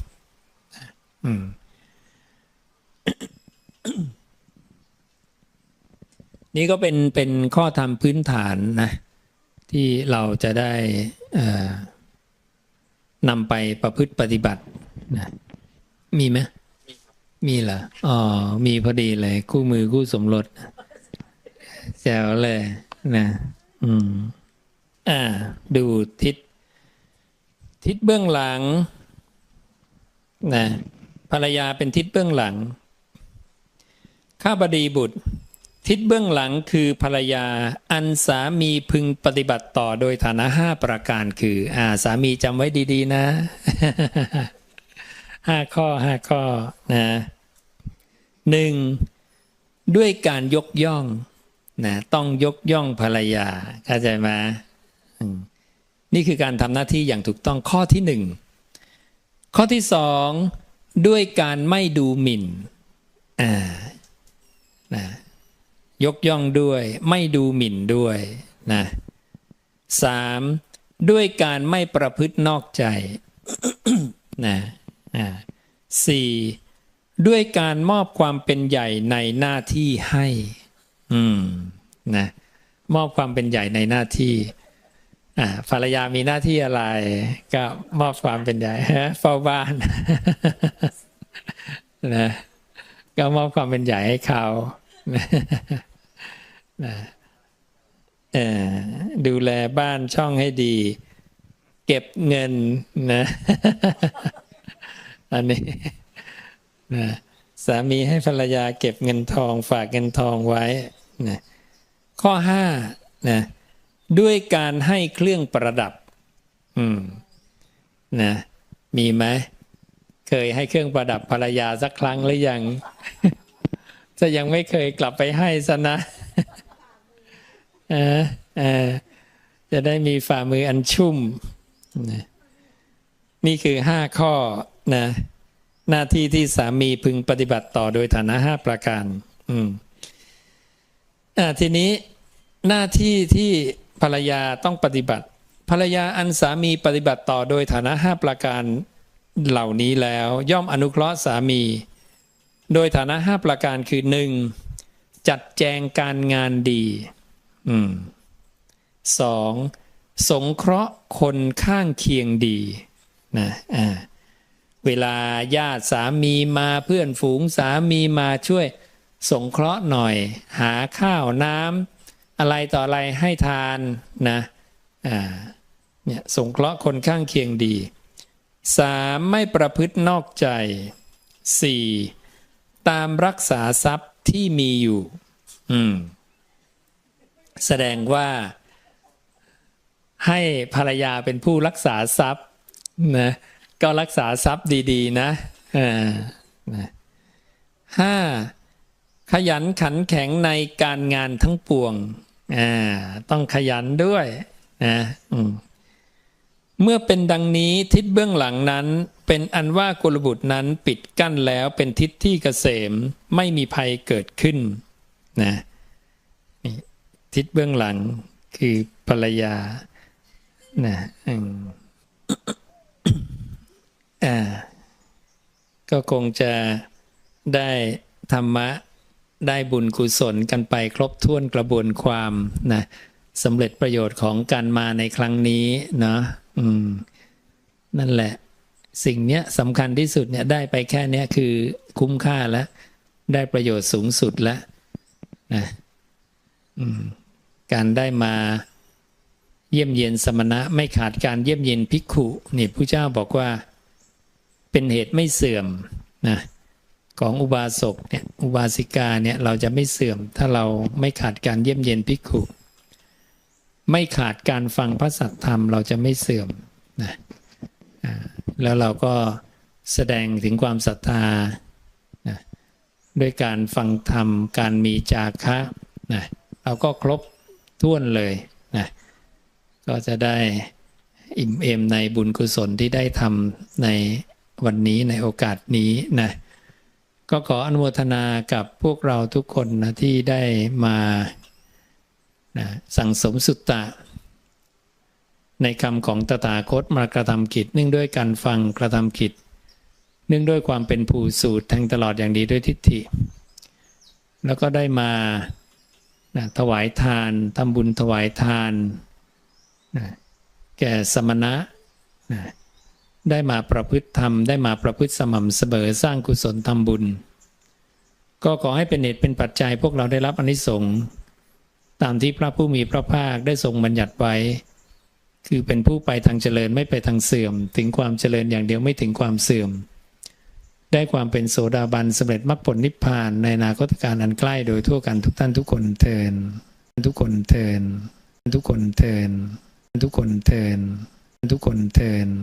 ทุกคนเทินทุกคนเทินทุกคนเทินก็พยายามตั้งใจศึกษากันนะสุตตะมีประโยชน์นะแค่เราเป็นผู้ได้สดับถ้าเราทำสมาธิได้ชำนาญคล่องแคล่วไม่เสื่อมเมื่อกระทำกาละเนี่ยนะเราก็จะสามารถปรินิพพานในภพหน้าได้เลยนะบุคคลนั้นก็จะไปเกิดในภพของเทวดาตามกำลังของสมาธิที่ตนทำได้และได้ด้วยความเป็นผู้ได้สดับเนี่ยก็จะเป็นเหตุเป็นปัจจัยให้เขาเนี่ยนะถูกเรียกว่าภควโตปนัสสาวโกนะเรียกว่าเป็นสาวกของพระผู้มีพระภาคละและพระองค์ตรัสว่าเมื่อยังประมาณอายุของเทวดาเหล่านั้นให้สิ้นไปแล้วก็จะปรินิพพานนะเมื่อตายจากเทวดาก็จะปรินิพพานแต่ผู้ที่ไม่เคยสดับเนี่ยผู้ไม่เคยสดับในคำตถาคตถึงแม้จะทำสมาธิได้แล้วไปเกิดเป็นเทวดาในชั้นนั้นๆตามกำลังของสมาธิแต่เขาจะจัดเป็นเทวดาที่เป็นอสุตวาปุถุชเนนะปุถุชนผู้มิเคยสดับและเมื่อยังประมาณอายุของเทวดาเหล่านั้นให้สิ้นไปผู้ที่ไม่เคยสดับเนี่ยเมื่อสิ้นอายุขัยของเทวดาเขาจะไปสู่นรกกำเนิดฌานเปรตวิสัยต่อนี่คือความแตกต่างกันอย่างไกลลิบเลยพระเจ้าจึงบอกนี่เป็นความแตกต่างกันระหว่างอสุตวาปุถุชเนนะปุถุชนผู้ไม่เคยสดับนะกับสุตวาอริยสาวโกนะกับอริยสาวกผู้ได้สดับดังนั้นประโยชน์ของการได้สดับในคำตถาคตเนี่ยมีมากจริงๆนะเพียงเราเพิ่มคุณสมบัติอีกสักนิดหนึ่งนะเข้าไปเนี่ยมันจะส่งผลให้เราอย่างมากมายหรือถ้าเราเพิ่มคุณสมบัติที่ว่าถ้าเราได้สดับแล้วนะเราฟังคำพระองค์เนืองๆคือเพิ่มฟังให้มากนะฟังเนืองๆจนคล่องปากจนขึ้นใจและแทงตลอดอย่างดีด้วยทิฏฐิพระศาสดาก็ทรงพยากรณ์ว่าเราจะสามารถบรรลุธรรมในภพหน้านะก็คำว่าบรรลุธรรมก็ตั้งแต่นะไล่ไปเลยตั้งแต่โสดาบันขึ้นไปนะแต่อย่างคุณสมบัติครั้งแรกที่บอกเมื่อสักครู่คือปรินิพพานเลยนะแต่ถ้าเราเนี่ยนะคล่องปากขึ้นใจแทงตลอดอย่างดีด้วยทิฏฐิก็คือบรรลุธรรมภพหน้าซึ่งเป็นภพที่เป็นเทวดาก็สามารถได้หมดตั้งแต่โสดาบันสกทาคามีนาคามีอรหันต์ก็ตามกำลังอินทรีย์ของผู้นั้นเป็นประโยชน์ของสุตตะก็พยายามฝึกรู้ลมหายใจเข้าไว้นะการรู้ลมหายใจการเจริญอานาปานสติเนี่ยเป็นอะไรที่ครอบคลุมหมดแล้วนะพระองค์บอกว่าทำอย่างหนึ่งมีหรือไม่ทำอย่างเดียวเนี่ยข้อธรรมอย่างเดียวนะที่ปฏิบัติแล้วเนี่ย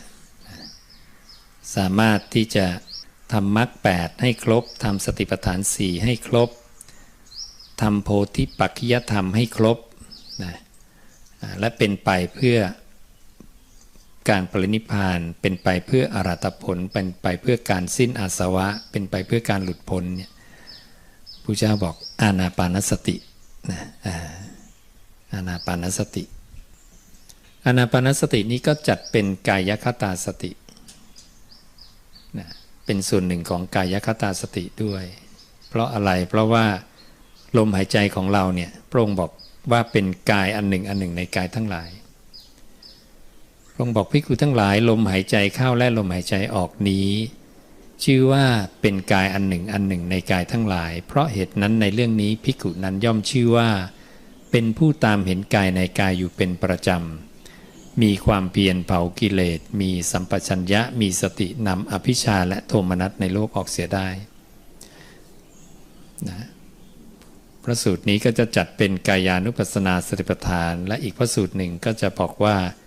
การที่หายใจเข้ายาวรู้ออกยาวรู้เข้าสั้นรู้ออกสั้นรู้เนี่ยจัดเป็นกายคตาสตินะ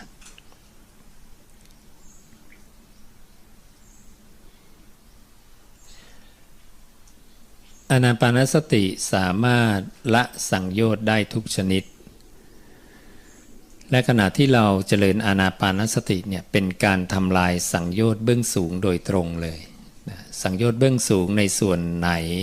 นะส่วนภวะตัณหาภวะตัณหานะภวะคือภพตัณหาคือความอยากภวะตัณหาอยู่ในส่วนตรงไหนอยู่ในส่วนของที่มโนเนี่ยกำลังจะโน้มไปหาภพตรงเนี้ยเราจะเรียกภวะตัณหาที่เป็นช่วงจังหวะที่เปรียบเหมือนแสงแห่งดวงอาทิตย์เนี่ยสุริเยเนี่ยพุ่งเข้าไปหาฉากนะแสงแห่งดวงอาทิตย์ที่พุ่งไปนะการพุ่งไปหรือการโน้มไปเนี่ยพระองค์เรียกนตินะเรียกอีกอย่างว่านติแปลว่าการโน้มไปนะการโน้มไปการโน้มไปของอะไรของมโนคือใจนะตอนนี้ยังไม่มีวิญญาณตอนนี้มีแต่มโนนะดังนั้นครั้งแรกสุดเนี่ยสัตตานังจะเข้ายึดเกาะมโนก่อนจากอวิชชาสัมผัสเพราะความไม่รู้ที่เป็นเครื่องกั้นพวกเราเนี่ยทำให้พวกเราเนี่ยเกาะมโนดวงใหม่ตลอดเลยมโนเนี่ยมันก็เกิดดับของมันตลอดเมื่อมันดับเราก็เกาะดวงใหม่ตลอดนะ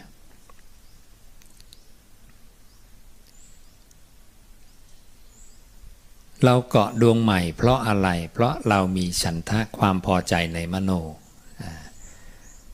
เมื่อเรามีฉันทะความพอใจในมโนความพอใจก็จะทำให้เราเกิดการ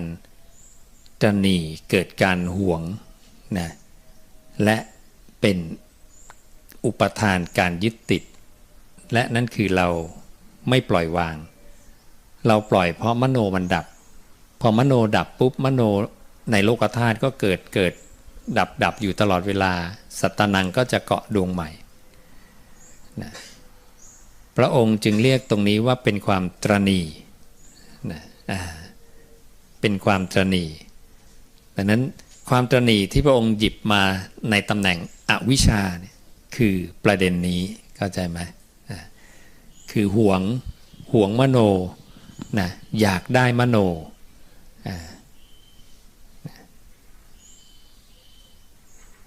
เราก็เลยไม่ปล่อยวางมโนเมื่อไม่ปล่อยวางมโนมันก็เลยเป็นเชื้อของการเกิดเพราะมโนก็จะโน้มไปสู่ภพใหม่เมื่อการโน้มไปมีอยู่พระองค์บอกการมาการไปก็มีเมื่อการมาการไปมีตายและเกิดก็มีเราเคยเกาะธาตุใดไว้นะเมื่อมโนดับแล้วเราเกาะมโนดวงใหม่ธาตุเดิมจะดับเดี๋ยวธาตุใหม่กำลังจะเกิดตามที่มโนโน้มไปและมโนเนี่ยจะโน้มไปตามนิสัยเดิมของพวกเราทุกคนโน้มไปยังธาตุต่างๆนะรูปธาตุเวทนาธาตุสัญญาธาตุสังขารธาตุซึ่งมีทั้งกุศลและอกุศลดังนั้นตัวนิสัยนะอนุสัย นิสัยเก่าซึ่งมีทั้งกุศลและอกุศลของทุกคนที่เคยสั่งสม มาตลอดสังสารวัฏจะเป็นตัวชี้ว่าธาตุลำดับถัดไปเนี่ยจะเป็นกุศลหรืออกุศลดังนั้นถ้า ณเวลานั้นก้อนไหนมีกำลังมากถ้าก้อนอกุศลมีกำลังมากพระองค์จะเรียกว่าอกุศลมูลมีกำลังมากก็จะเป็นเหตุเป็นปัจจัยให้อกุศลธรรมเกิดต่อเนื่องดังนั้นถ้าความคิดของเราข้างหน้าที่จะเกิดเป็นอกุศลนั่นคือขณะนั้นเนี่ยอกุศลมูลมีกำลังมากแต่ถ้ากุศลมูลมีกำลังมากมันจะยังกุศลธรรมให้เกิดขึ้นต่อเนื่องนี่คือเหตุนะเพราะเวลานั่งสมาธิเนี่ยพวกเราเคยคิดกันไหมอาจารย์เคยคิดว่าทำไมความคิดข้างหน้าเป็นอย่างนี้อะไรเป็นตัวเลือกความคิดข้างหน้านะใครเป็นคนชี้ว่าความคิดข้างหน้าเนี่ยจะต้องเป็นความคิดแบบนี้ซึ่งบางทีเราไม่ได้พวกเราหลายคนอาจจะคิดว่าเอ้ยฉันไม่ได้เคยอยากจะคิดแบบนี้หรือความคิดแบบเนี้ยไม่ได้เคยอยู่ในหัวเลยอยู่ๆเรื่องเมื่อ10 ปี20 ปีที่แล้วก็โผล่ขึ้นมาอย่างเงี้ยอะไรเป็นตัวเลือกเนี่ยข้อสงสัยนี้หมดไปเลยเมื่อเจอพุทธวจนะบทนี้พระสูตรนี้ตอบให้เราเลยว่า กุศลมูลหรืออกุศลมูลตัวเนี้ยคือสิ่งที่เราคือนิสัยที่เราสั่งสมมาตลอดการยาวนานนิสัยมันเกิดที่สั่งสมมาเนี่ยมันเกิดจากอะไรเกิดจากการที่เมื่อมโนเนี่ยไปตั้งอาศัยเมื่อมโนเนี่ยไปกระทบกับธาตุ4ธาตุธาตุใดธาตุหนึ่งแล้วไปตั้งอาศัยแล้วเจริญงอกงามนะแล้วผูกติดกับอารมณ์หรือธาตุนั้นๆไปมันจะเริ่มเกิดนิสัยความเคยชินในการเสพคบธาตุนั้นแหละดังนั้นถ้าเราไม่รีบละนันทินะนิสัยเนี่ยก็จะติดพอกพูนอยู่กับสัตตานังผู้นั้นไปเรื่อยๆก็อยู่ที่ว่าธาตุที่มโนมันไปตั้งเนี่ยมันเป็นกุศลหรืออกุศลนะถ้าเป็นอกุศลเราก็จะติดนิสัยกับการเสพคบธาตุที่เป็นอกุศลถ้าเป็นฝั่งกุศลเราก็จะติดนิสัยกับการเสพคบธาตุที่เป็นกุศลอยู่ที่ว่าตัวไหนนะจะมีกำลังมากกว่ากันพระเจ้าจึงบอกใน24 ชั่วโมงเนี่ยในวันหนึ่งเนี่ยให้เธอสังเกตว่าเธออยู่ด้วยกุศลหรืออกุศลเป็นส่วนใหญ่นะสังเกตจิตตัวเองถ้าเราอยู่ด้วยอกุศลเป็นส่วนใหญ่เนี่ยนะต้องรู้ตัวเราว่าอันตรายนะเราจะเป็นผู้ไปทางเสื่อมไม่ไปทางเจริญแม้เราจะพยายามรักษาศีลดีก็ตามกำลังของศีลเนี่ยไม่พอนะเราต้องมาเจริญภาวนาด้วยการละนันทิสำรวมอินทรีย์ตั้งจิตอยู่กับกายเห็นอริยสัจเห็นความเป็นอนัตตาของมันให้ได้เห็นการเกิดการดับทำความเข้าใจสร้างปัญญินทรีย์ให้กับตัวเองให้ได้เพื่อให้เราเข้าใจธรรมชาติเนี้ยตามความเป็นจริงว่าธรรมชาติเหล่านี้มันไม่ใช่ของเราไม่ใช่เป็นเราไม่ใช่ตัวตนของเราอันเนี้ยถึงจะแก้ได้ถึงจะเป็นเหตุให้ล้มอกุศลมูลได้และจริงๆเราก็ต้องล้มกุศลมูลด้วยเหมือนกันเพราะว่ามันเป็นเหตุให้เราไปเกิดในภพที่เป็นกุศลเนี่ยพาเราไปเกิดเป็นเทวดาเป็นพรหมอีกนะเทวดาพรหมที่เราไหว้กันเนี่ยเราก็เคยเกิดเคยเป็นกันมาแล้วไงนะทุกคนแหละเคยเกิดเป็นเทวดานะเป็นพรหมเคยเกิดทั้งในทุกขตินะพระเจ้าบอกพวกเราเนี่ยเคยเป็นสัตว์นรกเป็นเดรัจฉานเป็นเปรตวิสัยเป็นมนุษย์เป็นเทวดากามภพเป็นพรหมเป็นกันมาแล้วนะ ให้เรามีสรณะให้ถูกต้องคือพระพุทธพระธรรมพระสงฆ์นะพระพุทธเจ้าบุคคลผู้เลิศพระธรรมคือธรรมะที่เลิศที่ออกจากพระโอษฐ์พระศาสดานะพระสงฆ์นะ สงฆ์สาวกคือผู้ที่ปฏิบัติดีปฏิบัติตรงปฏิบัติควรปฏิบัติชอบอันนี้พระองค์จัดเป็นคณะที่เลิศ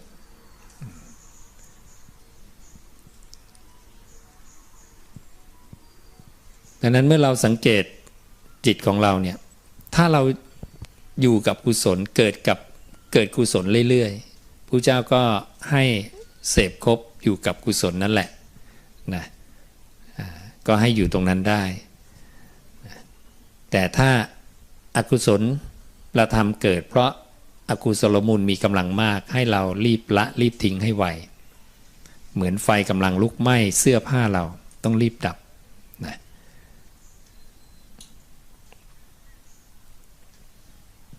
ดังนั้นการเจริญอานาปานสติจึงเป็นการทำลายภวะตัณหามันกำลังจะโน้มไปคิดไปรู้อารมณ์ใดอารมณ์หนึ่งเนี่ยเราเอากลับมานะถ้าเรารู้ตั้งแต่การโน้มไปแต่ถ้าไม่ทันมันไปรับรู้แล้วรู้เมื่อใดก็ทิ้งหรือไม่ทันอีกเราเพลินกับอารมณ์นั้นไปยาวแล้วก็ทิ้งเมื่อรู้ตัวดังนั้นการที่เราเผลอเราเพลินไปเนี่ย ความเพลินของเราเมื่อเราฝึกไปเรื่อยๆมันจะสั้นลงสั้นลงเรื่อยๆนี่เป็นพัฒนาการของนักปฏิบัติถ้าเราเจริญอานาปานสติให้เราใช้เครื่องมือในการวัดตรงนี้นะว่าความเพลินของเราเนี่ยค่อยๆลดลงลดลงลดลงการผูกติดกับอารมณ์โกรธน้อยลงนะพยาบาทน้อยลงคิดเบียดเบียนเขาน้อยลง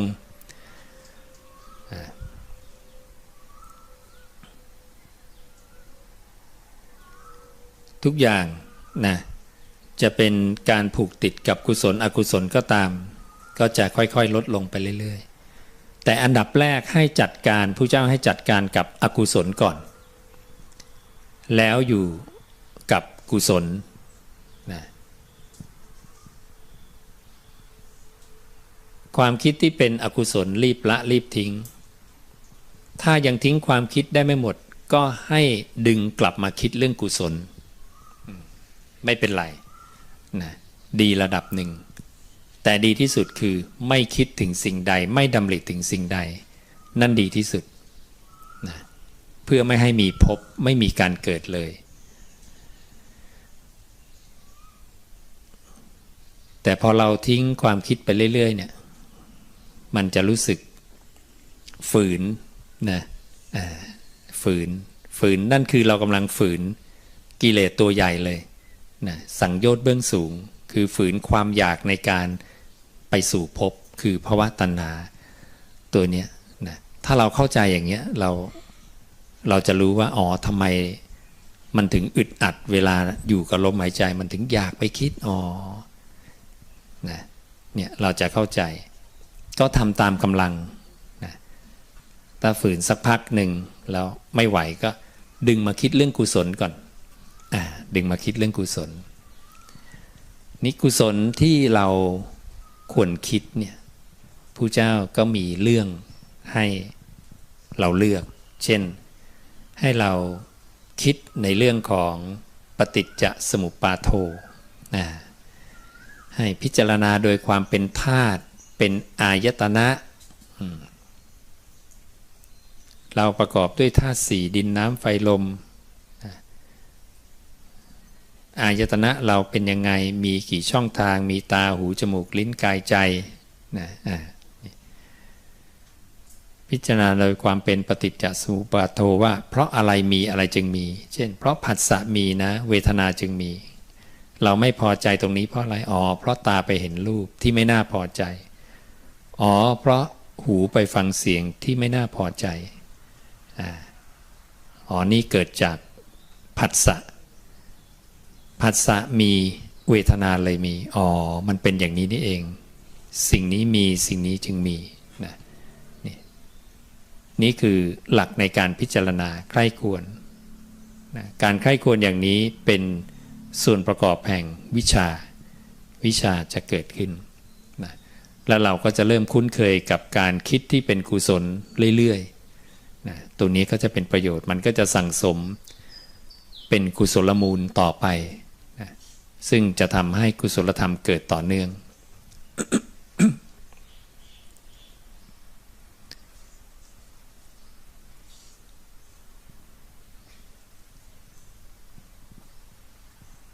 และถ้าเราสามารถทำได้ก็คือแค่อยู่กับลมหายใจเข้าออกนะไม่คิดเรื่องอะไรถ้ากำลังมีพอยังไม่รู้สึกอึดอัดอะไรก็อยู่กับลมไปหายใจเข้ายาวรู้ออกยาวรู้เข้าสั้นรู้ออกสั้นรู้นะถ้าจะคิดไปคิดเรื่องกุศลนะเอากุศลเกิดขึ้นรีบละเพราะการที่เราเพียรละอกุศลเพียงอย่างเดียวเนี่ยจนกระทั่งอกุศลไม่มีเท่าปลายขนทรายไปสัมผัสนะพระองค์ก็ยืนยันว่าบุคคลเนี่ยจะปรินิพพานในอัตภาพนี้นั่นเองดังนั้นการจัดการกับอกุศลอย่างเดียวในใจของเราเนี่ยมันก็เพียงพอต่อการปรินิพพานแล้วแล้วเราก็หาเครื่องอยู่ตัวลมหายใจเนี่ยเป็นวิหารธรรมเป็นเครื่องอยู่อย่างดีไม่งั้นบางทีเราคิดเยอะแล้วเราอยากจะหยุดความคิดเนี่ยคนถ้าไม่รู้มรรควิธีของพระศาสดาเนี่ยบางทีจะรำคาญตัวเองว่าทำไมมันคิดไม่หยุดสักทีแล้วเขาก็ไม่รู้จะทำยังไงเขาไม่มีเสาเขื่อนเสาหลักใช่ไหมเขาไม่มีองค์ความรู้ว่าพระเจ้าสอนให้สำรวมอินทรีย์นะพอเราสำรวมอินทรีย์อยู่กับลมหายใจหรือตั้งจิตอยู่กับกายปุ๊บเนี่ยความคิดมันดับไปเลยเห็นไหมความคิดมันดับไปเดี๋ยวนั้นเพราะว่าจิตมโนวิญญาณเนี่ยมันตั้งได้ทีละธาตุถ้าเราเอามันมาตั้งในกายปุ๊บเนี่ยณวินาทีนั้นเนี่ยมันจะไม่มีความคิดไม่มีอารมณ์อื่นให้เราสังเกตดีๆนี่เป็นสัจจะความจริงที่พระเจ้าพยายามจะอธิบายให้พวกเราได้ทราบว่าเนี่ยตัวเราของเราเนี่ย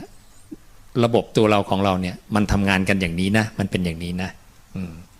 นี่คือการมาทำความเข้าใจเรื่องของตัวเองแท้ๆเลยและเป็นประโยชน์ต่อตัวเองอย่างมากและสิ่งนี้มันจะติดตัวเราไปข้ามภพข้ามชาตินะมันเป็นองค์ความรู้อันเป็นอริยะเป็นอริยทรัพย์ที่เมื่อสัตตานังสั่งสมแล้วเนี่ยนะมันก็จะผูกติดไปนะมันเป็นองค์ความรู้ที่จะนำพาเราออกจากระบบของการเกิดแก่เจ็บตายได้พระเจ้าจึงบอกว่านี่คือความรู้อันประเสริฐความรู้อื่นเนี่ยมันไม่ได้ช่วยให้เราพ้นจากเกิดแก่เจ็บตายนะ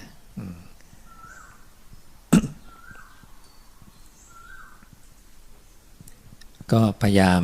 นะเจริญอานาปานสติกันให้มากทำให้มากเจริญให้มากนะเพื่อให้เรามีความเจริญทั้งทางโลกและทางธรรมนะเพราะเมื่อเราประพฤติปฏิบัติแล้วเนี่ยทางโลกเราจะเจริญด้วยควบคู่กันไปอย่างแน่นอนนะเพราะเราเท่ากับเรากำลังได้สร้างเหตุสมปรารถนาโดยอัตโนมัติเลยคือศรัทธาศีลสุตตะจาคะปัญญานะซึ่งเป็นเหตุที่ทำให้พวกเราปรารถนาสิ่งใดก็จะสำเร็จในสิ่งนั้นนะว่าไงเนาะโยมคุยกับเพื่อนๆนะคะเรื่องศีลของโสดาบันว่าเป็นศีล5ใช่ไหมคะใช่ศีลของโสดาบันคือศีล5แล้วทีนี้ที่มีข้อบอกว่าไม่ด่างไม่พร้อยไม่บรรลุเป็นสิ่งที่พระอริยเจ้าตรัสและโยมก็ยกตัวอย่างว่าโยมไปอ่านเจอว่าแค่เรามีจิตสมมติว่าเราเห็นรูป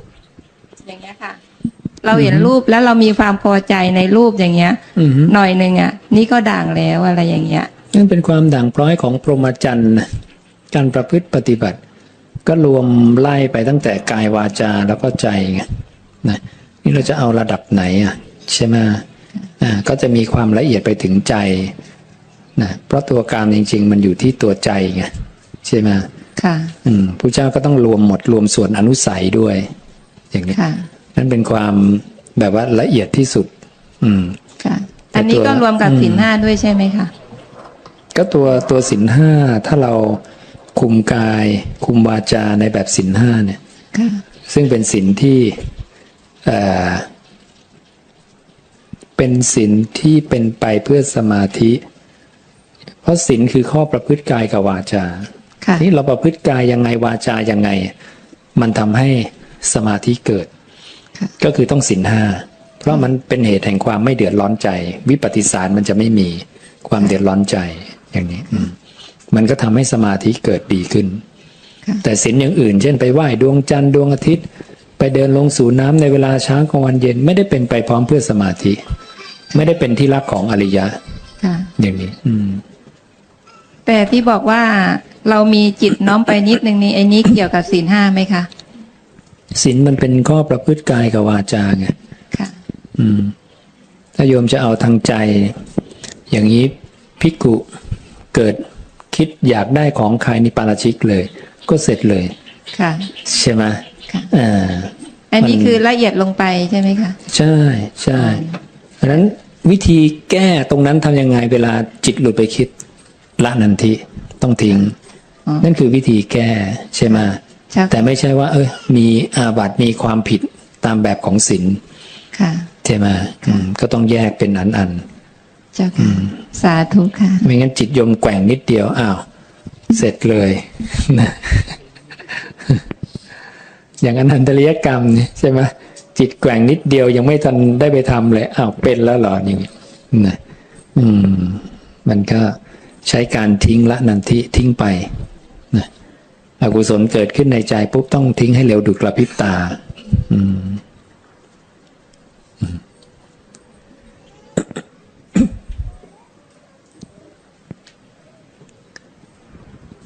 นะมีคำถามเพิ่มเติมไหมใครมาใหม่อยากถามอะไรก็เชิญเนาะ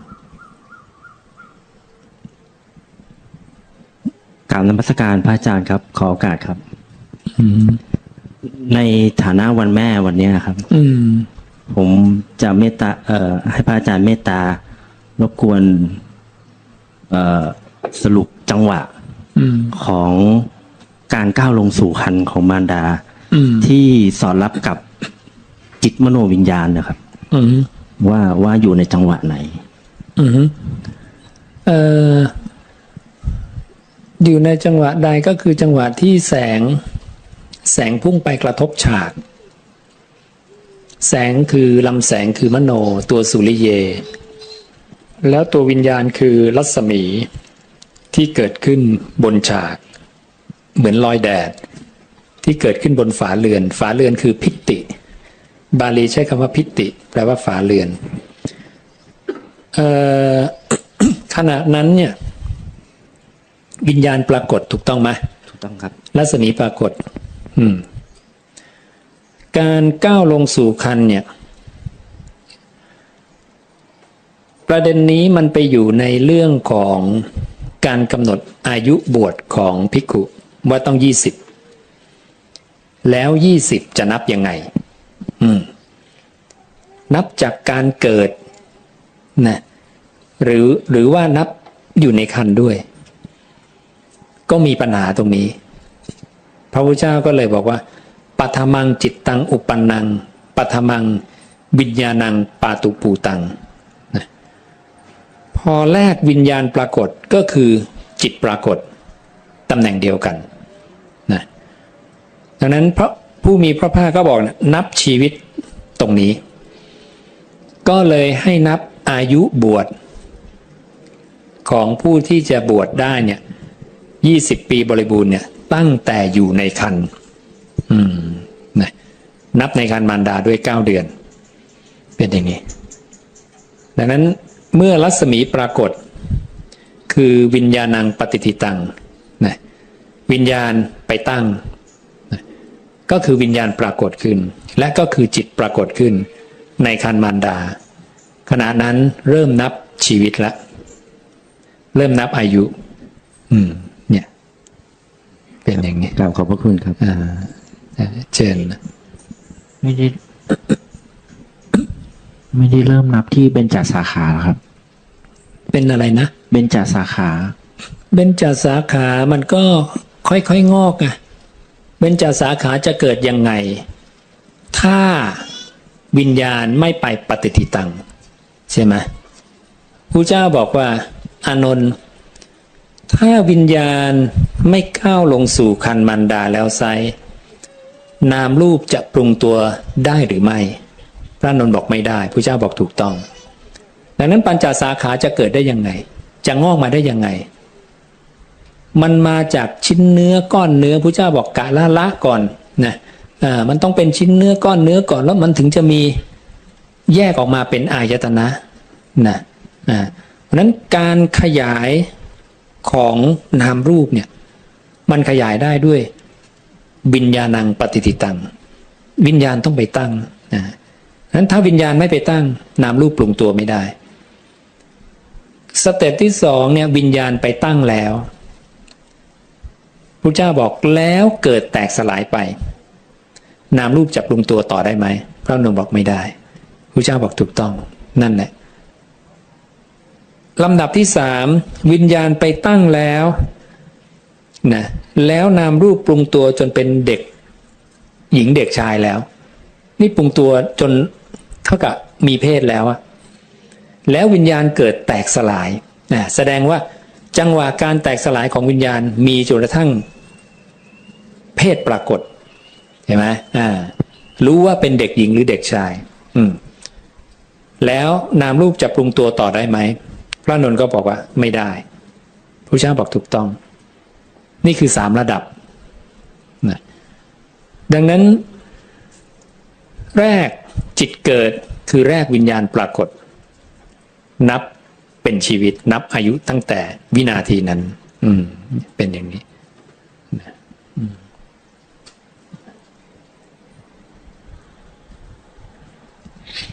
นี่ก็อาศัยพระสูตรนี่แหละ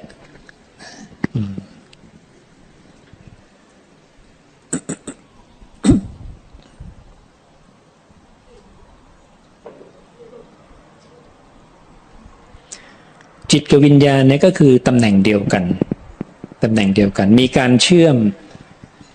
ด้วยพระสูตรนี้อันหนึ่งแล้วก็เชื่อมอีกอันก็คือนามรูปะสมุทยาจิตตัสสะสมุทโยสมุทยาก็แปลว่าเกิดสมุทโยก็คือเกิดนามรูปเกิดวิญญาณจิตเกิดนะอีกอันหนึ่งบอกว่านามรูปะสมุทยาวิญญาณสมุทโยนามรูปเกิดวิญญาณเกิดเห็นนะดึงคำว่าจิตตัสสะสมุทโยแล้วใส่คำว่าวิญญาณสมุทยาเข้าไปเห็นนะก็แทนกันได้พระองค์ก็เชื่อมจิตกับวิญญาณเข้าด้วยกันเพื่อให้รู้ว่ามันคือตัวเดียวกันนะอย่างนี้เชื่อมมโนเข้ากับวิญญาณเพราะมันเป็นรัศมีของลำแสงนะดังนั้นวิญญาณก็คือเนื้อเดียวกับมโน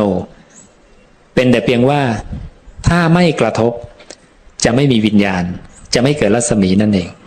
แต่กระทบเมื่อไหร่เกิดรัศมีเมื่อนั้นรัศมีก็คืออาการรู้แจ้งซึ่งถูกเรียกว่าวิญญาณวิญญาณจึงแปลว่ากิริยาที่รู้แจ้งว่าอะไรรู้แจ้งว่าฉากเนี้ยมันคือธาตุอะไรมันคือรูปเวทนาสัญญาหรือสังขารซึ่งการรู้แจ้งของมโนหรือของวิญญาณนั้นรู้ได้เพียง4ธาตุนะคือรูปเวทนาสัญญาสังขาร4ธาตุนี้จึงถูกเรียกว่าจัตตโสวิญญาณทิฏฐิโย4วิญญาณที่ตั้งนะที่ตั้งวิญญาณมี4นะอย่างนี้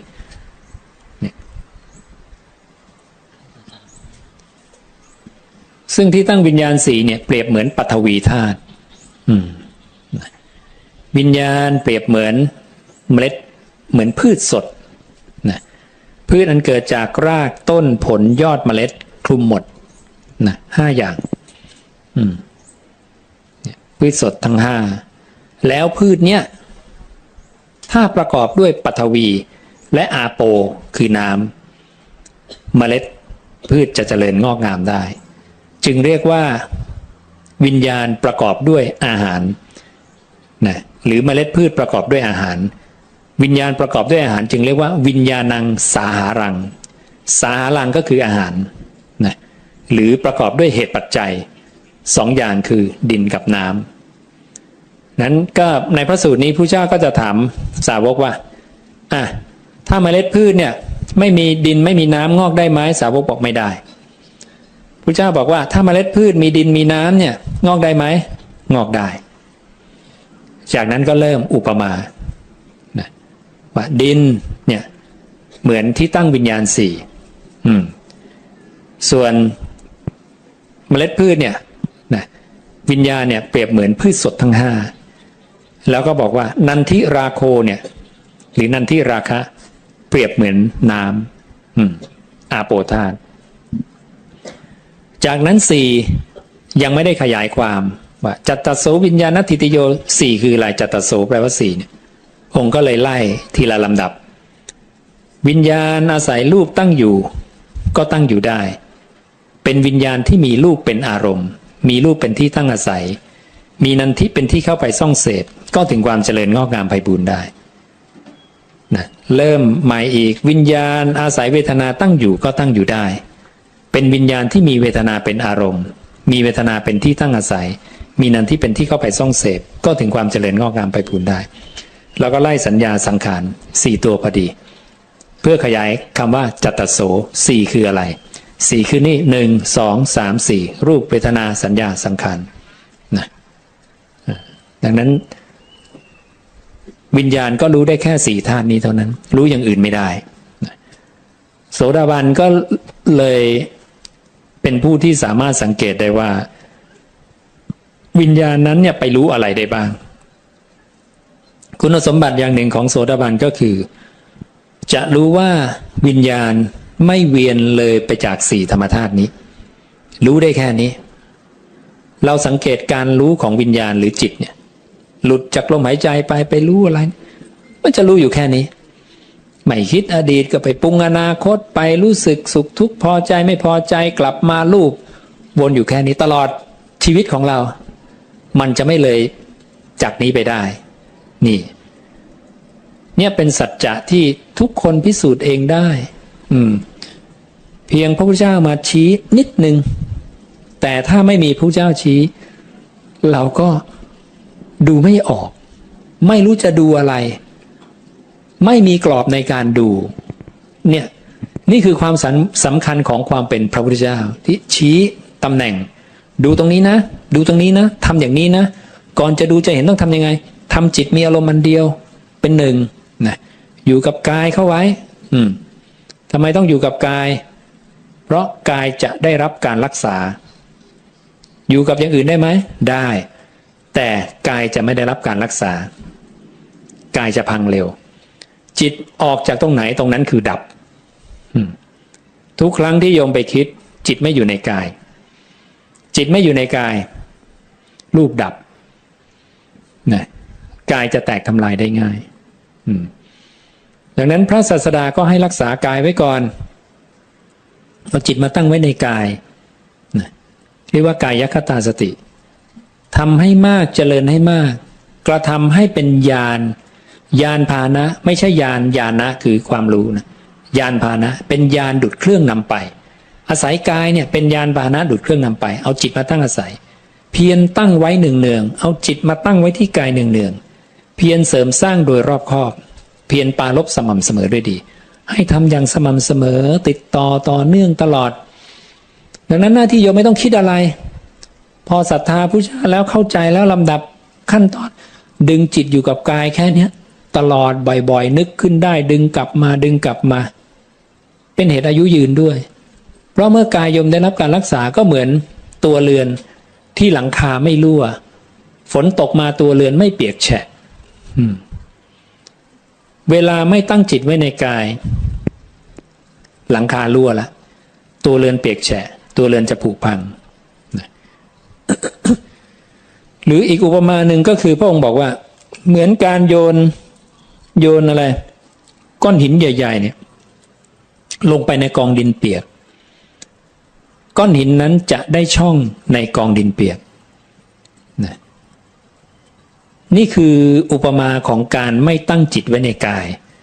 บอกมารผู้มีบาปจะทำอันตรายเธอได้นะเพราะขณะนั้นกายเธอเนี่ยว่างจากวิญญาณครองนะแต่ถ้าเรานะแต่ถ้าเราเนี่ยตั้งไว้ซึ่งกายคตาสติพระองค์บอกว่าเปรียบเหมือนการโยนกลุ่มได้เล็กๆเนี่ยนะลงไปบนแผ่นไม้กระดานแข็ง กลุ่มได้จะไม่ได้ช่องในแผ่นไม้กระดานนะดังนั้นการเอาจิตอยู่ในกายเนี่ยมันเหมือนมันแน่นมันแข็งนะใครก็ทำอะไรไม่ได้หรืออีกอุปมาหนึ่งก็คือยกการลบระหว่างเทวดากับอสูรฝ่ายใดแพ้อีกฝ่ายก็จะรีบกลับเข้าสู่ภพของตนอีกฝ่ายก็จะทำอันตรายไม่ได้ดังนั้นถ้าโยมอยากจะอยู่รอดปลอดภัยจากมนุษย์จากอะไรก็ตามดึงจิตกลับมาที่กายนี่คือดีที่สุดปลอดภัยที่สุดไม่ต้องไปพึ่งพาอะไรก็ช่วยโยมไม่ได้นะการเอาจิตไว้ในกายดีที่สุดกายคตาสติและเป็นเหตุให้หลุดพ้นด้วยนะขออนุญาตสอบถามอีกข้อครับคือถ้าจิตเราผูกพันกับใครมากๆอย่างปู่ย่าตายายผูกพันกับลูกกับหลานโอกาสที่เขาจะมา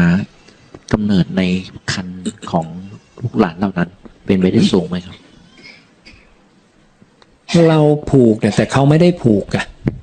มันต้องเขาผูกเพราะการจะมาเกิดมันอยู่ที่ตัณหาของเขาไม่ใช่ตัณหาของเราโยมผูกให้ตายแต่เขาทุศีลเขาก็ไปอบายก่อนนะก็แบบที่พระเจ้าบอกอะพวกพราหมณ์เนี่ยเขาเห็นคนตายแล้วก็ไปสวดสรรเสริญอ้อนวอนเดินเวียนรอบนะขอให้ไปสวรรค์เธอให้ไปสวรรค์ก็บอกเนี่ยทุกคนได้ขึ้นสวรรค์หมดเลยแล้วพระเจ้าเนี่ยเป็นถึงสัมมาสัมพุทธะทำอย่างนี้ได้บ้างไหมพระเจ้าบอกไม่ใช่เธอคิดผิดนะไอคนจะไปนรกไปสวรรค์เนี่ยมันอยู่ที่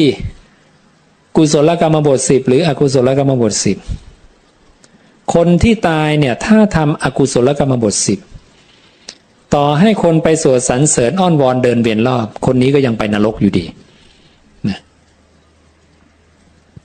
และถ้าคนทำกุศลกรรมบท10แต่ศพเนี่ยโยมไปสาปแช่งให้มันตกนรกให้มัน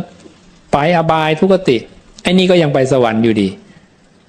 นะดังนั้นการไปตรงไหนอยู่ที่ตัณหาความอยาก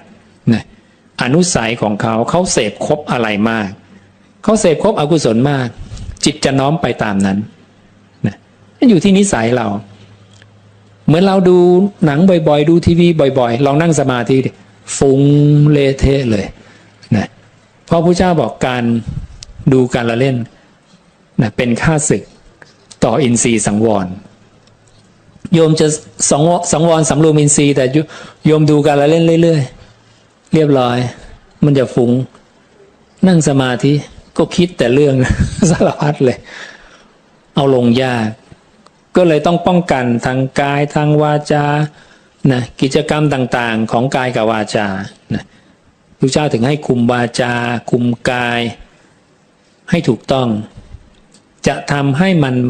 ไม่มีวิปฏิสารคือความเดือดร้อนใจโยมฆ่าบ่อยๆฆ่าสัตว์บ่อยๆขโมยบ่อยๆวิปฏิสารนั่งสมาธิทีไรก็ผุดขึ้นตลอดนะอกุศลพวกเนี้ยมันจะตามเราไปทุกที่พระเจ้าบอกแม้จะไปนั่งอยู่ในถ้ำก็ตามนะกายออกไปที่วิเวกเลยแต่ใจโอ้โห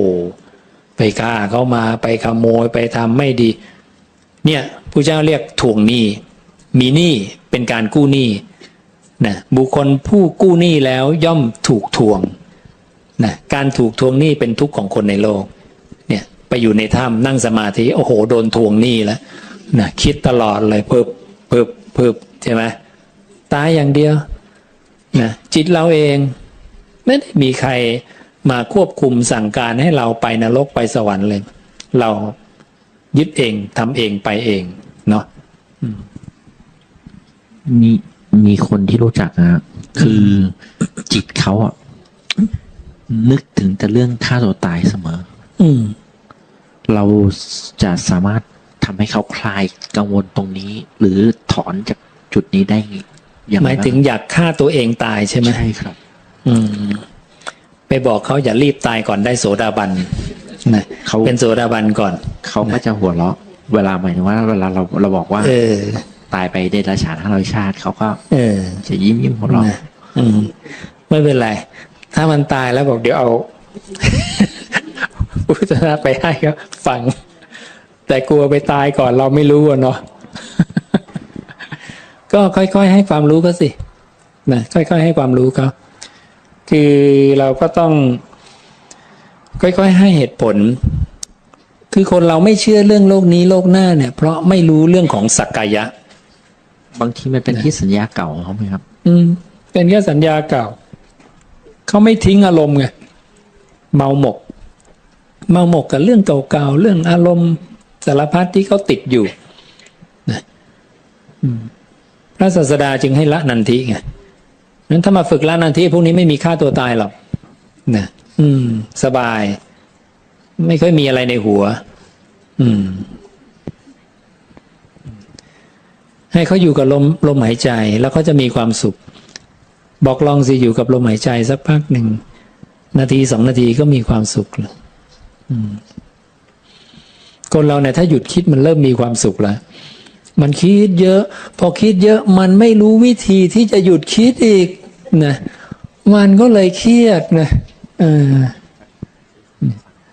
มันต้องหยุดคิดเป็นไงนั้นพอคนเรารู้วิธีในการหยุดคิดเป็นด้วยการอยู่กับกายปุ๊บเนี่ยโอ้สุขมาอัตโนมัติเลย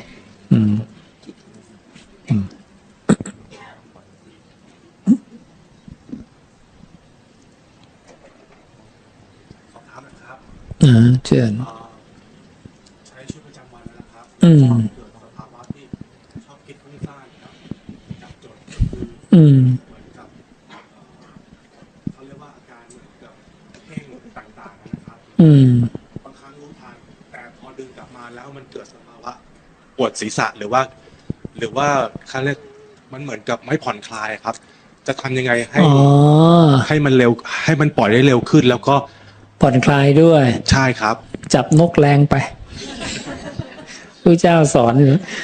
เวลาเจริญอานาปานหรือกายคตาสติเนี่ยเหมือนการจับนกด้วยมือบีบแรงไปนกตายจับหลวมนกหลุดมืออันนี้เราต้องทำเรื่อยๆแล้วให้หาความพอดีนะความพอดีตรงเนี้ยแล้วเวลาฝึกสมาธินะครับพอถึงจุดหนึ่งเนี่ยมันไม่มีมันเหมือนมันลอยเคว้งอยู่ในอากาศนะครับคราวนี้เราจะไปยังไงต่อเพื่อจะคือมันเหมือนกับว่าลมหายใจเราบางลงใจเราไม่คิดอะไร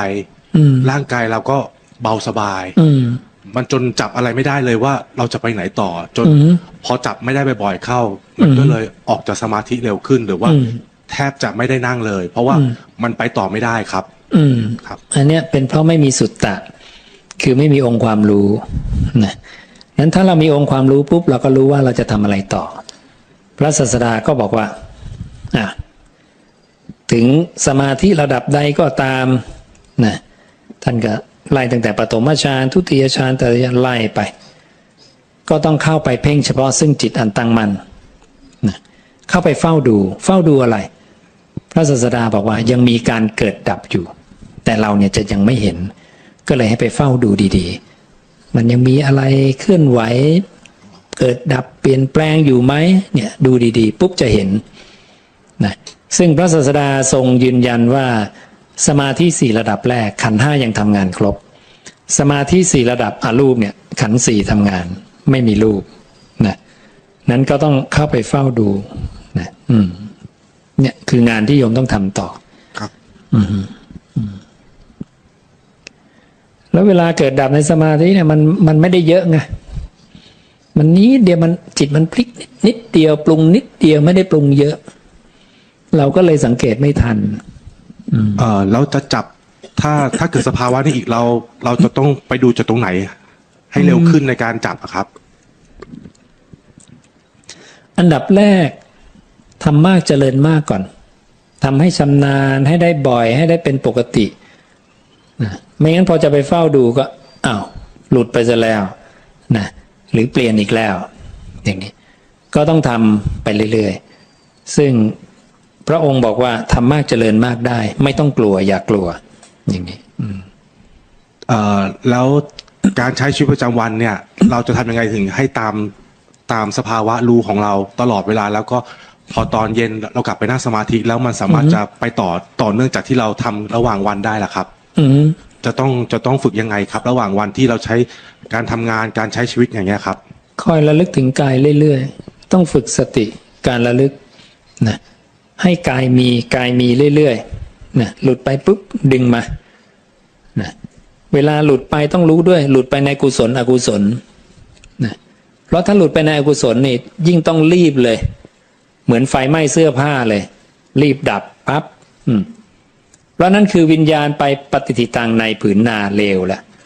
ส่วนอกุศล3คติที่เรากำลังได้คือนรกกับเดรัจฉานเปรตวิสัยเนี่ยก็ต้องสังเกตอย่างนี้แล้วก็ไม่ต้องสนใจรีบดึงกลับมาจิตมันฟุ้งเร็วรวดเร็วอย่างเงี้ยเราแตะเบรกด้วยอานาปานสติพระศาสดาจะเปรียบเหมือนฝุ่นธุลีที่ฟุ้งขึ้นแห่งเดือนสุดท้ายของฤดูร้อนฝนหนักที่ผิดฤดูตกลงมาย่อมชำระฝุ่นธุลีเหล่านั้นให้อันตรธานไประงับไปตามควรแก่ฐานะฝนหนักที่ตกลงมานี่ก็คืออานาปานสติเราก็ดึงเรื่อยๆดึงกลับมาฝุ่นธุลีฟุ้งขึ้นในความฟุ้งของจิตเนี่ยฟุ้งไปทั่วเลยนะเบรกมันแค่นั้นนะยังไม่ต้องคิดอะไรมากไม่ต้องเอาเหตุผลอะไรดึงกลับมาที่กายเรื่อยๆมันจะถี่ขึ้นวันหนึ่งเคยรู้ลมหายใจครั้ง2ครั้งมันจะเริ่ม5ครั้ง10ครั้งจนนับไม่ไหวเนี่ยเราก็ให้ต่อเนื่องจากนั้นเราจะเริ่มรู้แล้วอิริยาบถไหนที่เราไม่ค่อยรู้ลมนั่นแหละจุดที่มันเผลอที่เราจะมีความชอบในอารมณ์นั้นเช่นกำลังกินอาหารอย่างนี้โอ้โหอย่างฟุ้งเลยคิดโน่นคิดนี่ใช่ไหมมันจะฟุ้งเยอะอย่างเงี้ยเราจะเริ่มรู้นะเราก็จะเริ่มมาควบคุมอิริยาบถที่เหลือที่ยังดึงกลับมาหาลมไม่ได้นั่นนะจากนั้นพอเริ่มมากขึ้นก็เริ่มเข้าไปสังเกตเห็นการเกิดดับหลุดไปคิดพระเจ้าบอกเธอจะเห็นเกิดคือนามเกิดละนันทิพัวจะเห็นดับคือนามดับขณะเดียวกันขณะที่นามดับรูปเกิดไหมรูปเกิดขณะที่หลุดไปนามเกิดรูปดับไหมรูปดับพอเราทำไปเรื่อยๆพระเจ้าบอกว่าคนนี้จะกำหนดรู้การเกิดดับของรูปนามได้ใครทำได้อย่างนี้บุคคลนั้นไม่มีอะไรที่จะต้องทำให้ยิ่งขึ้นไปกว่านี้ทำแค่นี้ทำซ้ำจนกระทั่งหลุดพ้นเลยเห็นนะเนี่ยไม่ยากไม่ซับซ้อนนะให้เรารู้หลักการไว้ก่อนที่เหลือคือความเพียรนะเพียรเรื่อยๆเพียรไปเนาะ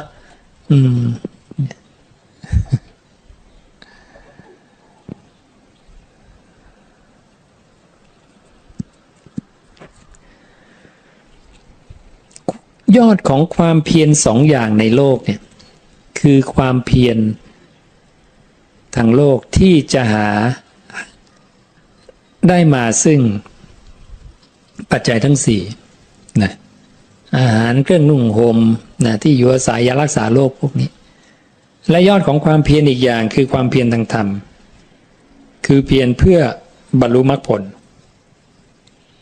ภายใต้ยอดของความเพียร2อย่างนี้ความเพียรทางธรรมเป็นเลิศเพราะเพียรแล้วจบเพียรทางโลกไม่จบตายแล้วเกิดใหม่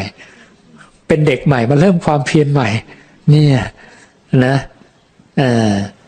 แล้วเราก็วนอย่างนี้มาตลอดสังสารวัฏนี่ไงสังสารวัฏเนี่ยยาวไกลใช่ไหมกับ1กันนับแทบไม่ไหวใช่ไหมกำแพงเหล็กยาวโยชน์กว้างโยชน์สูงโยชน์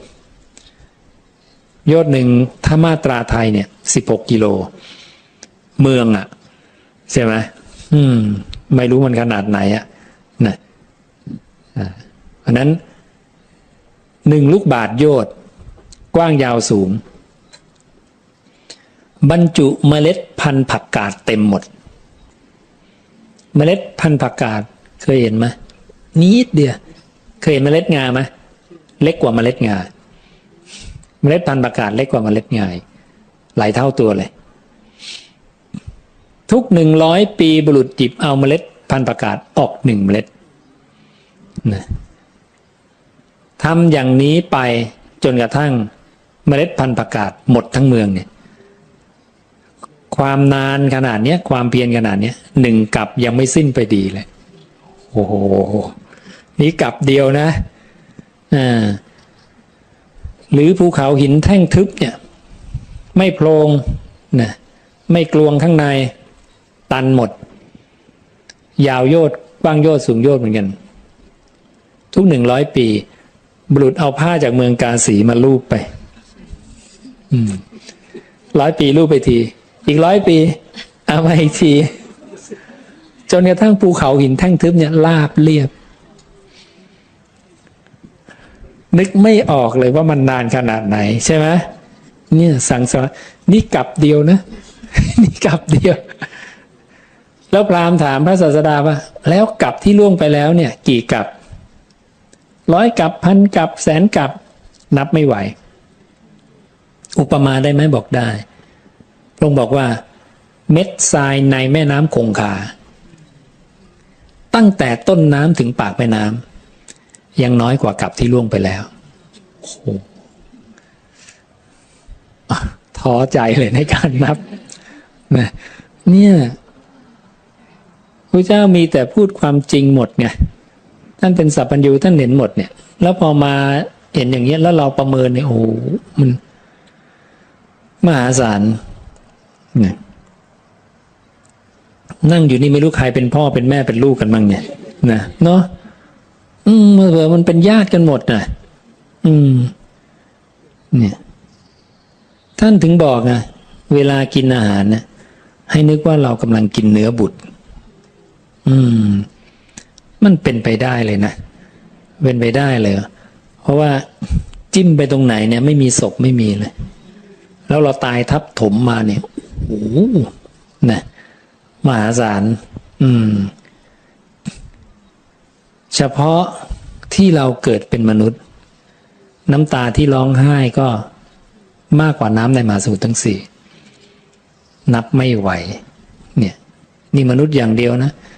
อย่างเดรัจฉานแพะแกะไก่สุกรช้างโคม้าลาเป็นมาหมดเลยเราเคยเป็นคนรวยคนจนคนพิการนะเคยเป็นเทวดา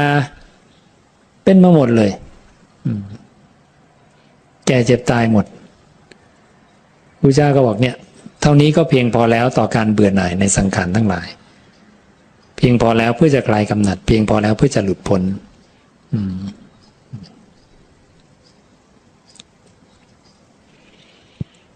คือท่านให้เราเห็นความทุกข์ให้ชัดไงไม่งั้นเราจะอยากได้การเกิดอีกซึ่งหลายๆคนก็อยากเกิดนะเนาะตายแล้วเกิดหน่อยก็ดีไปเป็นเทวดาบ้างไปเป็นนั่นโน่นนี่แต่ส่วนใหญ่ก็คืออยากเป็นเทวดาแต่เวลาเป็นเทวดาไม่รู้ต่อนะว่าเทวดาตายเป็นและเทวดาเกือบทั้งหมดตายแล้วไปไหนปริมาณเท่าดินมหาปฐพีไปเกิดในนรกกับในเดรัจฉานเปรตวิสัยปริมาณแค่เศษดินปลายเล็บที่พระเจ้าเอาเล็บเขี่ยเศษดินขึ้นมาติดปลายเล็บพระองค์เนี่ยเทวดาพวกนี้หลุดรอดมาได้มาเป็นเทวดาใหม่หรือมาเป็นมนุษย์แค่นี้เองเทียบกับดินทั้งโลกคิดดูแล้วกันโยมหนีไปเกิดเป็นเทวดาทำบุญสุนทานแล้วไปเป็นเทวดาไม่รอดนรกอาตมาอ่านพระสูตรนี้แล้วโอ้มันเป็นไฟบังคับที่เราจะต้องหลุดพ้น วิธีอื่นไม่ได้หมดสิทธิ์เลือกนะแต่ก่อนโยมอาจจะเลือกว่าโอ้ฉันก็ใช้ชีวิตสบายๆกินอยู่หลับนอนสบายแล้วจะมีปัญหาอะไรท่านก็ทำบุญสุนทานไปนะมันไม่พอไงขนาดเทวดายังไม่รอดเลยเราจะรอดไหมเนี่ยนะมันก็เลยเหมือนเป็นภาคบังคับไม่ใช่ว่าความเป็นอริยะเป็นช้อยเลือกซะแล้วเป็นอริยะเดี๋ยวละกันเดี๋ยวใช้ชีวิตไป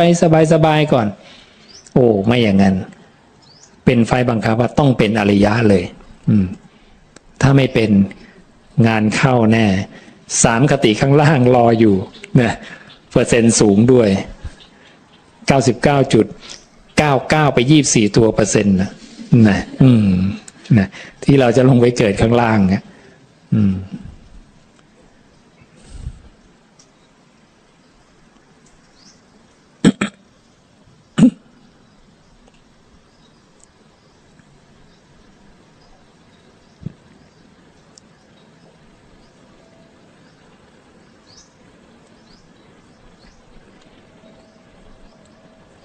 อันนี้น่าเห็นใจคนที่ไม่รู้นะ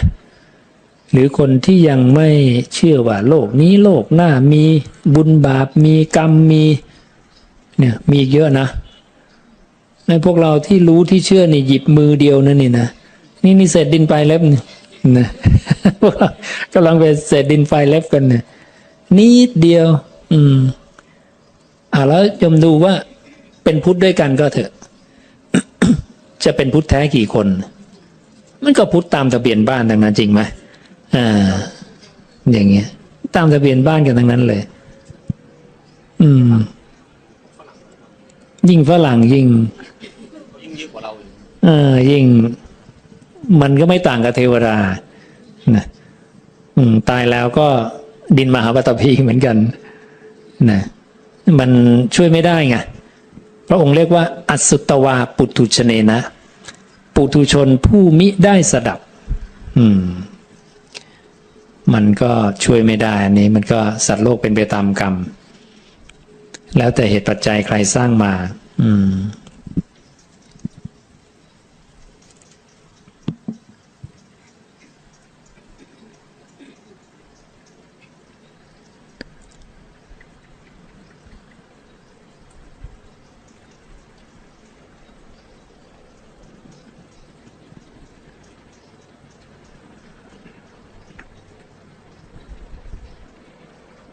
ซึ่งถ้าดูตามพระสูตรเนี่ยถือว่าพวกเราโชคดี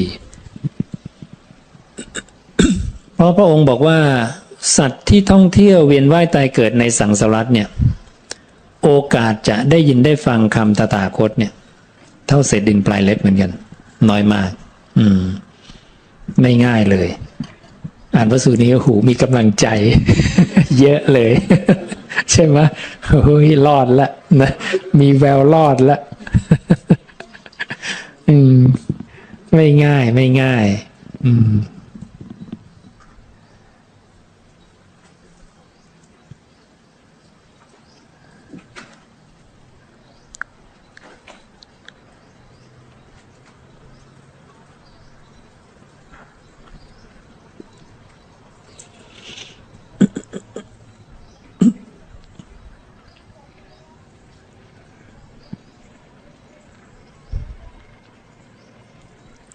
ทีนี้ถ้ายังไม่ได้เป็นอริยะก็ต้องสร้างเหตุเพื่อความเป็นอริยะเหตุปัจจัยเพื่อความเป็นอริยะที่ต่ำกว่าความเป็นอริยะที่พระเจ้ารับประกันถึงการตรัสรู้พร้อมเนี่ยก็คือเรื่องของสุตตะที่เราต้องฟังเนืองๆจนคล่องปากจนขึ้นใจและแทงตลอดอย่างดีด้วยทิฏฐิเนี่ย4นัยยะเอง4แง่มุมฟังเนืองๆคล่องปากขึ้นใจแทงตลอดอย่างดีด้วยทิฏฐิคือเข้าใจบอกฟังเนืองๆแล้วคล่องปากเนี่ยไม่ได้บอกนี่กี่พระสูตรพระเจ้าบอกพระสูตรเดียวก็ได้บอกเข้าใจธรรมแม้เพียง1บทก็จะเป็นไปเพื่อประโยชน์และความสุขแก่เขาทั้งหลายสิ้นกาลนานบทเดียวพอแล้วบทเดียวเอาอะไรเยอะแยะเลยอิทัปปัจจยตาก็ได้4บรรทัดเองนะกายคตาสติก็ได้บรรทัดเดียวกายคตาสติอันชนเหล่าใดไม่หลงลืมอมตะชื่อว่าอันชนเหล่านั้นไม่หลงลืมจบละเชื่อศรัทธามั่นจิตต้องอยู่กับกายถ้าจิตอยู่กับกายอมตะได้แน่ศรัทธาอย่างลงมั่นอย่างนี้คอยทำเรื่อยๆเป็นผู้วิสูตรละได้มรรคผลนะเนี่ย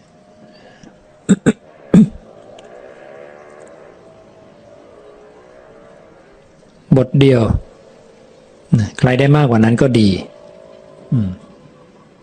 ดีคืออะไรก็คือจะได้เป็นคนที่พอตัวเพื่อผู้อื่นไม่งั้นก็พอตัวเพื่อตัวเองแค่นั้นโยมรู้บทเดียวจิตอยู่กับกายก็ถามแล้วอยู่ทำไมไม่รู้ฉันรู้แค่เนี้ยไปหาเอาเองแล้วกันมันก็ไม่พอตัวเพื่อผู้อื่นนะรู้พระสูตรเพิ่มอีกหน่อยก็ได้นะกว่าจะเรียนจบกันมาก็หมดหนังสือหลายตั้งนี่ไม่กี่เล่มนะค่อยๆฟังไปอ่านไปอาตมาว่าคนตั้งใจจริงๆไม่6 เดือนปีนะถ้าโยมเอาจริงๆเนี่ยแป๊บเดียวเริ่มคล่องแล้ว2 ปี 3 ปีนี่ได้เรื่องได้ราวแล้วเนี่ยนะเร็วกว่าจบปริญญาตรีต้องเยอะ นั่งเรียนกันกี่ปีก็ไม่รู้นะ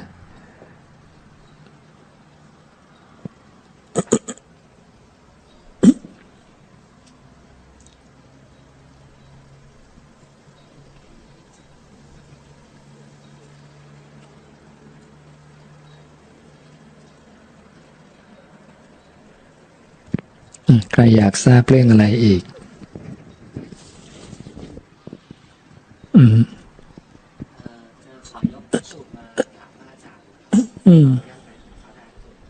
เอาสั้นๆพระสูตรเรื่องอะไรประเด็นอะไร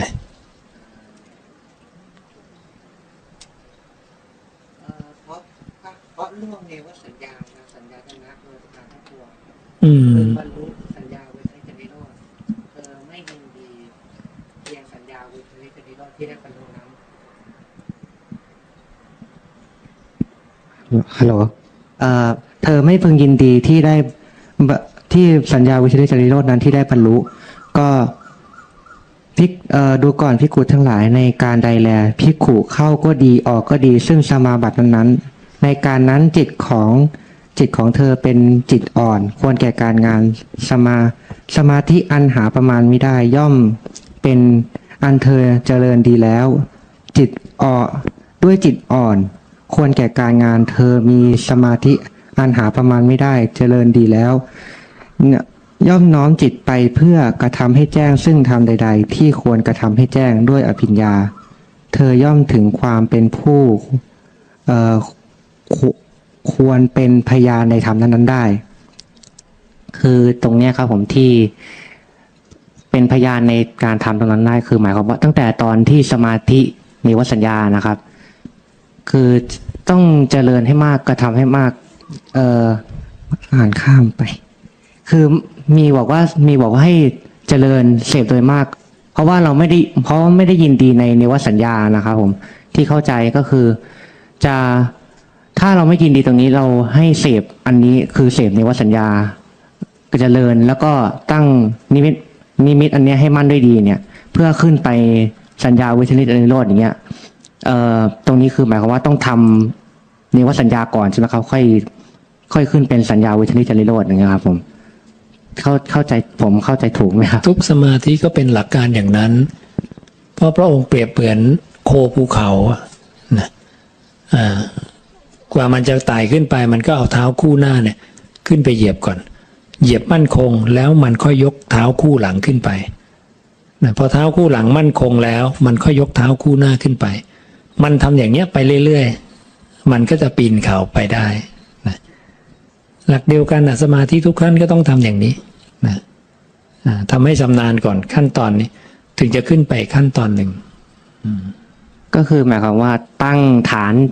อันล่างให้ดีก่อนตั้งล่างก็ต้องดีก่อนเลยที่สุดก่อนเลยใช่ไหมครับผมแล้วค่อยๆขึ้นค่อยๆขึ้นค่อยๆขึ้นไปขอบคุณครับพระอาจารย์ครับ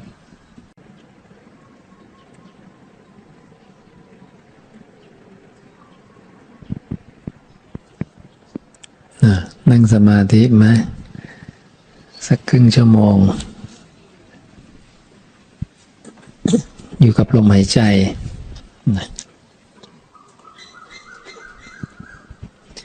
ในเมื่อก็เปลี่ยนอิริยาบถเอาได้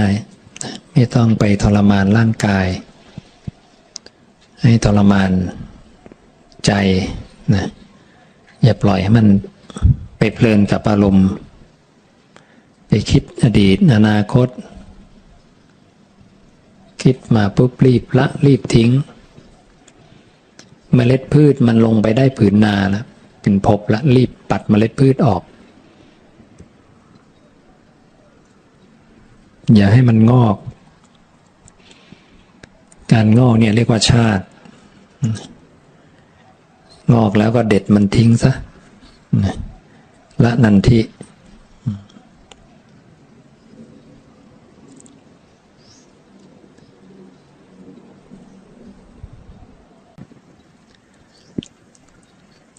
เดี๋ยวเราก็ออกจากสมาธิกันมา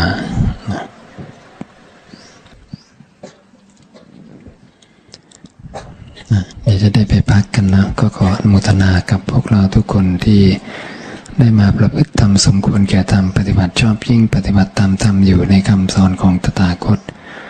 ขอให้เป็นเหตุเป็นปัจจัยพวกเราได้รับอานิสงส์ตามที่พระศาสดาได้ทรงตรัสไว้คือเป็นผู้ไปทางเจริญไม่ไปทางเสื่อมถึงความเจริญอย่างเดียวไม่ถึงความเสื่อมด้วยความเป็นโสดาบันสำเร็จมรรคผลนิพพานในอนาคตการอันใกล้โดยทั่วกันทุกท่านทุกคนเถิด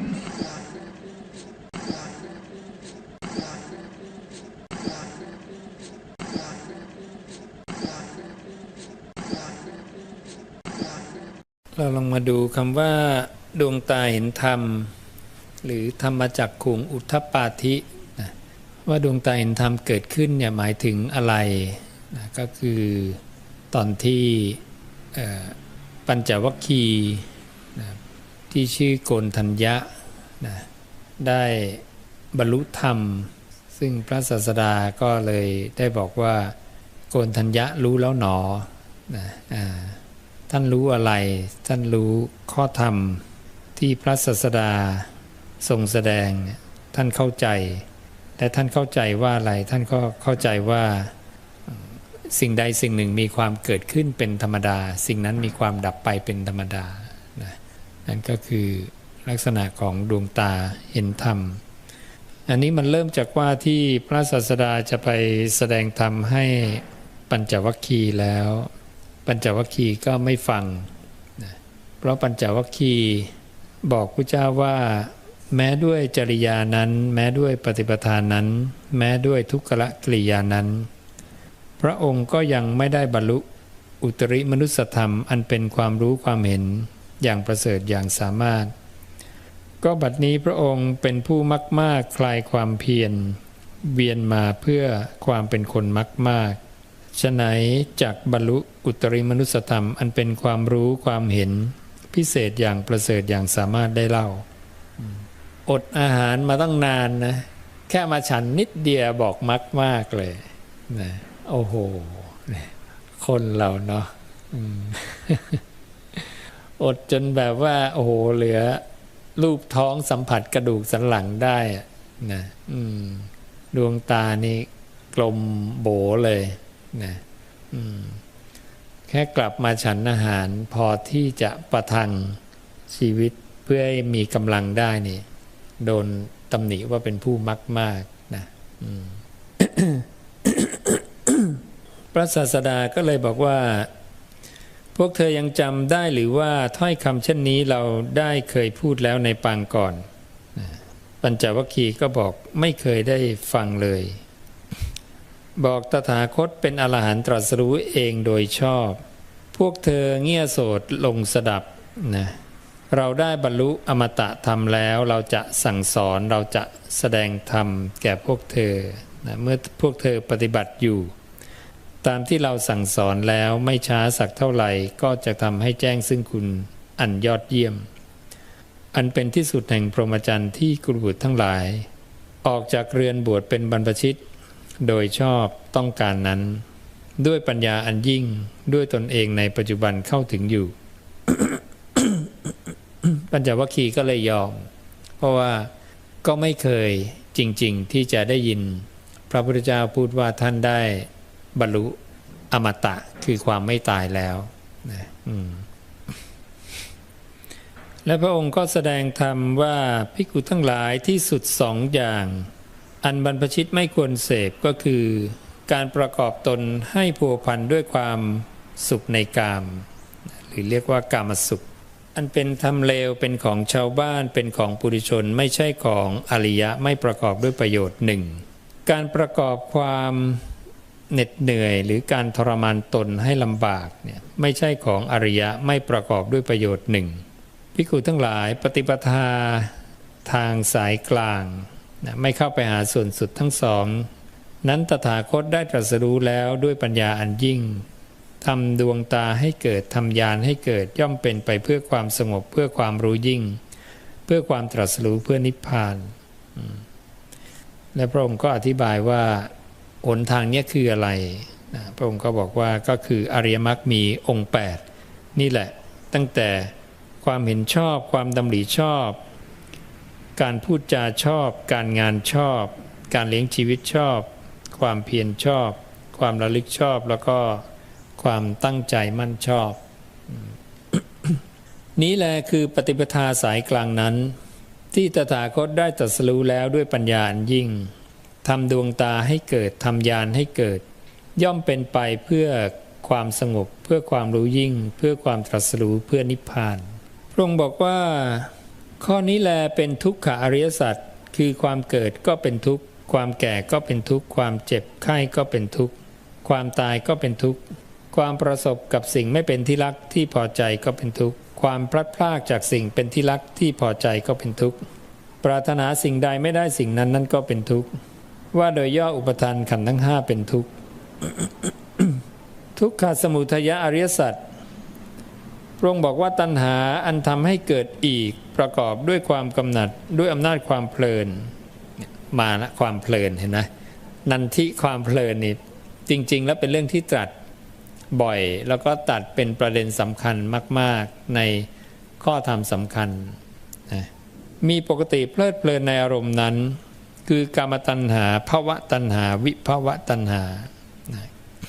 เนี่ยเราดูตัณหามี3ที่ทรงตรัสเป็นหัวข้อเนี่ยแต่วิภวตัณหาเนี่ยไม่มีการลงรายละเอียดเลย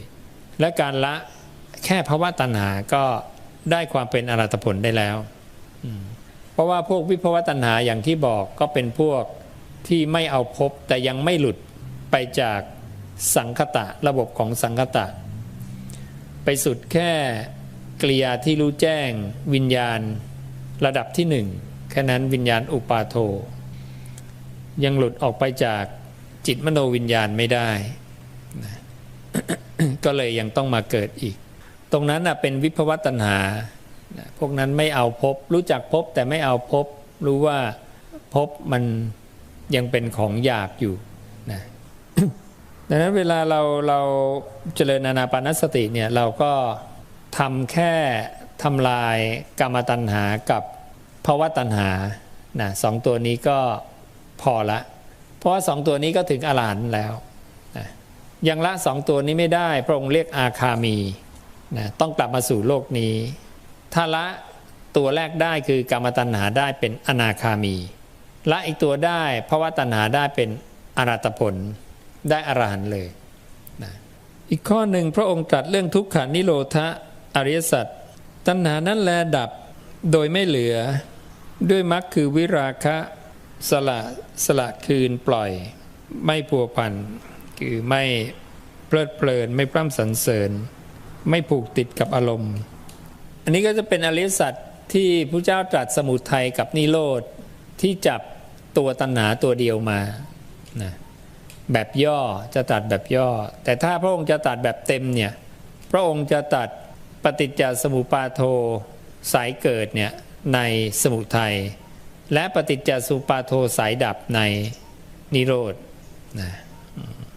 ส่วนข้อที่4พระองค์บอกว่านี้แลเป็นทุกขานิโรธคามินีปฏิปทาอริยสัจนะก็คือตัวมรรคมีองค์8พระองค์บอกว่าภิกขุทั้งหลายดวงตาญาณปัญญาความรู้แสงสว่างได้เกิดขึ้นแล้วแก่เราในธรรมที่เราไม่เคยได้ฟังมาก่อนว่านี้ทุกขอริยสัจภิกขุทั้งหลายดวงตาญาณปัญญาความรู้แสงสว่างได้เกิดขึ้นแก่เราในธรรมทั้งหลายที่เราไม่เคยฟังมาแต่ก่อนว่าทุกขอริยสัจนี้นั่นแหละควรกำหนดรู้ ต้องรู้จักตัวทุกขสัจ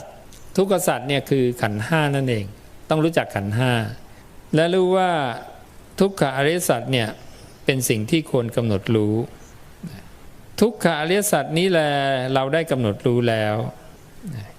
นี่เห็นสามแง่ทุกขอริยสัจภิกษุทั้งหลายดวงตาญาณปัญญาความรู้แสงสว่างได้เกิดขึ้นแก่เราว่าในธรรมที่เราทั้งหลายไม่เคยได้ฟังมาก่อนว่านี้ทุกขสมุทัยอริยสัจ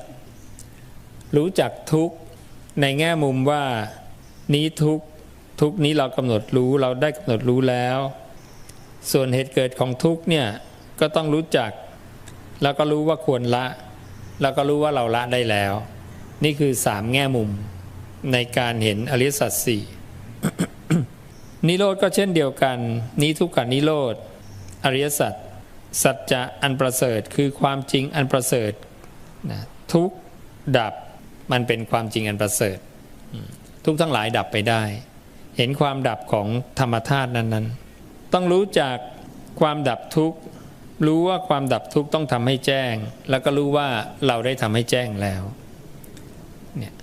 ดังนั้นอริยสัจสี่เห็นไหมแต่ละข้อจะเห็นสามแง่มุมสามแง่มุมสามแง่มุมสุดท้ายก็เห็นสามแง่มุมว่านี้ทุกขานิโรธคามินีปฏิปทาอริยสัจทุกขานิโรธคามินีปฏิปทาอริยสัจนี้นั้นเราควรทำให้เจริญทุกขานิโรธคามินีปฏิปทาอริยสัจนั้นเราทำให้เจริญแล้วอันนี้แหละที่พระองค์เรียกว่ารอบสามอาการ12ในหนึ่งข้อเนี่ยเห็นสามแง่มุมพอมี4ข้อก็3 4 12ภิกขุทั้งหลายปัญญาอันรู้เห็นตามที่เป็นจริงของเราในอริยสัจสี่นี้มีรอบสามมีอาการ12อย่างนี้ยังไม่หมดจดด้วยดีเพียงใดภิกขุทั้งหลายเรายังยืนยันไม่ได้ว่าเป็นผู้ตรัสรู้สัมมาสัมโพธิญาณอันยอดเยี่ยมในโลกพร้อมทั้งเทวโลกมารโลกพรหมโลกในหมู่สัตว์พร้อมทั้งสมณะพราหมณ์เทวดาและมนุษย์เพียงนั้นดังนั้นพระองค์ยืนยันว่าถ้าพระองค์ไม่รู้ตรงนี้พระองค์จะไม่ประกาศความเป็นอนันตสัมมาสัมพุทธะ ภิกขุทั้งหลายก็เมื่อใดแลปัญญาอันรู้เห็นตามเป็นจริงของเราในอริยสัจสี่นี้มีรอบสามมีอาการ12อย่างนี้หมดจดดีแล้วภิกขุทั้งหลายเมื่อนั้นเราจึงยืนยันได้ว่าเราเป็นผู้ตรัสรู้อนุตตรสัมมาสัมโพธิญาณอันยอดเยี่ยมในโลกพร้อมทั้งเทวโลกมารโลกพรหมโลกในหมู่สัตว์พร้อมทั้งสมณะพราหมณ์เทวดาและมนุษย์อันหนึ่งปัญญาอันรู้เห็นได้เกิดขึ้นแล้วแก่เราว่าความพ้นวิเศษของเราไม่กลับกำเริบชาตินี้เป็นชาติที่สุดนะเป็นชาติสุดท้ายพบใหม่ไม่มีต่อไปพอพระศาสดาสอนมาเท่านี้ปัญจวัคคีย์ชื่อโกณฑัญญะก็บอกว่าดวงตาเห็นธรรมนะดวงตาเห็นธรรมปราศจากทุลีปราศจากมลทินได้เกิดขึ้นแก่ท่านพระอัญญาโกณฑัญญะว่าสิ่งใดสิ่งหนึ่งมีความเกิดขึ้นเป็นธรรมดาสิ่งทั้งมวลนั้นนะมีความดับไปเป็นธรรมดาพระผู้มีพระภาคทรงประกาศธรรมจักรให้เป็นไปแล้วเหล่าภูมิเทวดาได้บรรลือเสียงนั้นว่านั่นพระธรรมจักรอันยอดเยี่ยมพระผู้มีพระภาคทรงประกาศให้เป็นไปแล้วณป่าอิสิปตนะมฤคทายวันหรือป่าอิสิปตเนมิคทายเยเขตพระนครพาราณสีอันสมณะพราหมณ์เทวดามารพรหมหรือใครๆในโลกไม่อาจต้านทานหรือไม่อาจหมุนกลับได้เทวดาก็บรรลือสีนาฏกันขึ้นไปเรื่อยๆจนถึงพรหมโลกนะเสียงดังไปจนถึงพรหมโลกโลกธาตุก็หวั่นไหวนะแผ่นดินสะเทือนนะทั้งแสงสว่างอันโอฬารหาประมาณไม่ได้ปรากฏแล้วในโลกล่วงเทวานุภาพของเทวดาทั้งหลายลำดับนั้นพระผู้มีพระภาคทรงเปล่งอุทานว่าท่านผู้เจริญโกณฑัญญะได้รู้แล้วหนอท่านผู้เจริญโกณฑัญญะได้รู้แล้วหนอเพราะฉะนั้นคำว่าอัญญาโกณฑัญญะจึงได้เป็นชื่อของท่านพระโกณฑัญญะเราก็เลยเรียกกันว่าอัญญาโกณฑัญญะอันนี้ก็จะเป็นวันที่ พระรัตนตรัยครบนะครบเป็นครั้งแรกมีพระสงฆ์เกิดขึ้นรูปแรกในโลกจากนั้นปัญจวัคคีย์ก็เลยขอบรรพชาอุปสมบทในสำนักพระผู้มีพระภาคพระองค์ก็ตรัสว่าเธอจงเป็นภิกขุมาเถิดนี่ก็เป็นลักษณะของดวงตาเห็นธรรมก็อย่างที่บอกไปเมื่อเช้านะก็คือทั้งรูปและนามเนี่ยมีเกิดมีดับทั้งหมดแต่รูปเนี่ยก็จะพอสังเกตได้อยู่ซึ่งพระเจ้าบอกเลยว่าปุถุชนที่ไม่เคยสดับคำตถาคตเนี่ยก็จะเบื่อหน่ายได้บ้างในรูปในกาย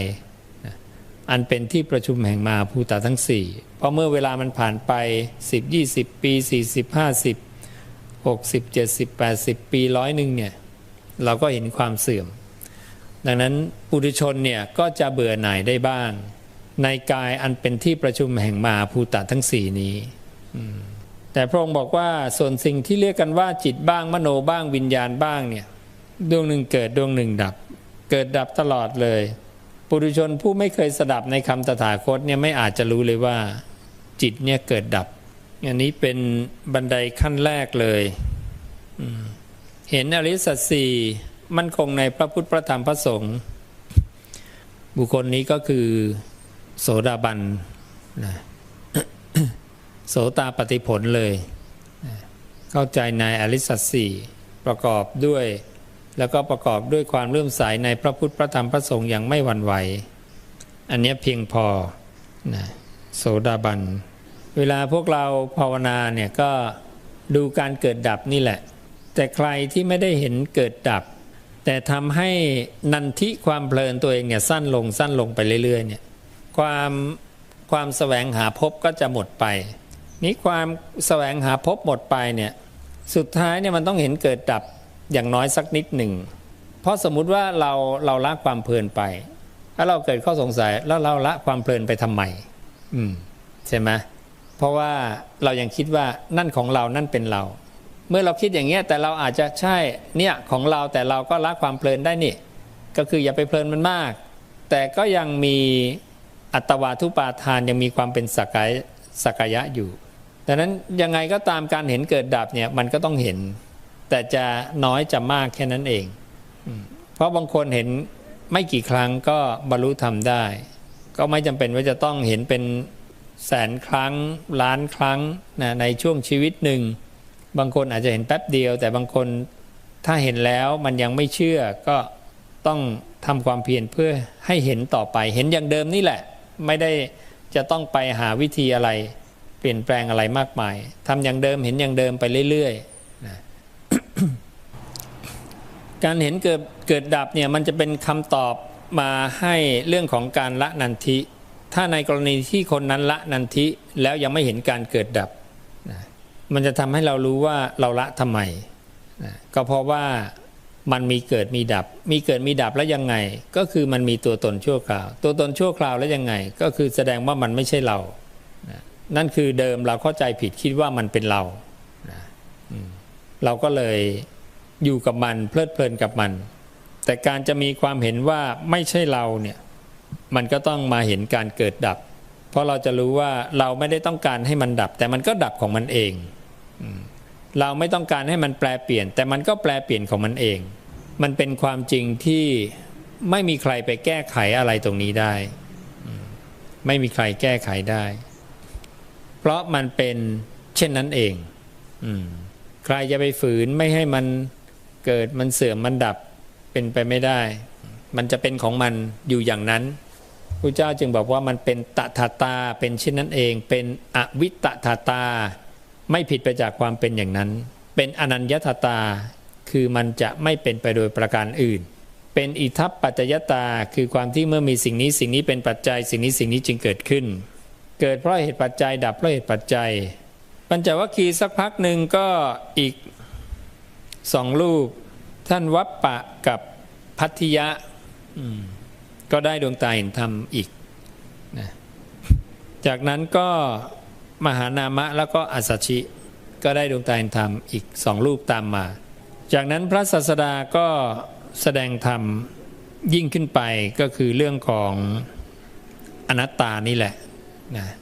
พระองค์บอกว่ารูปเป็นอนัตตาภิกขุทั้งหลายถ้ารูปนี้เป็นอัตตาแล้วรูปจะไม่เป็นไปเพื่ออาพาธแต่เพราะรูปเป็นอนัตตารูปจึงเป็นไปเพื่ออาพาธบุคคลพึงได้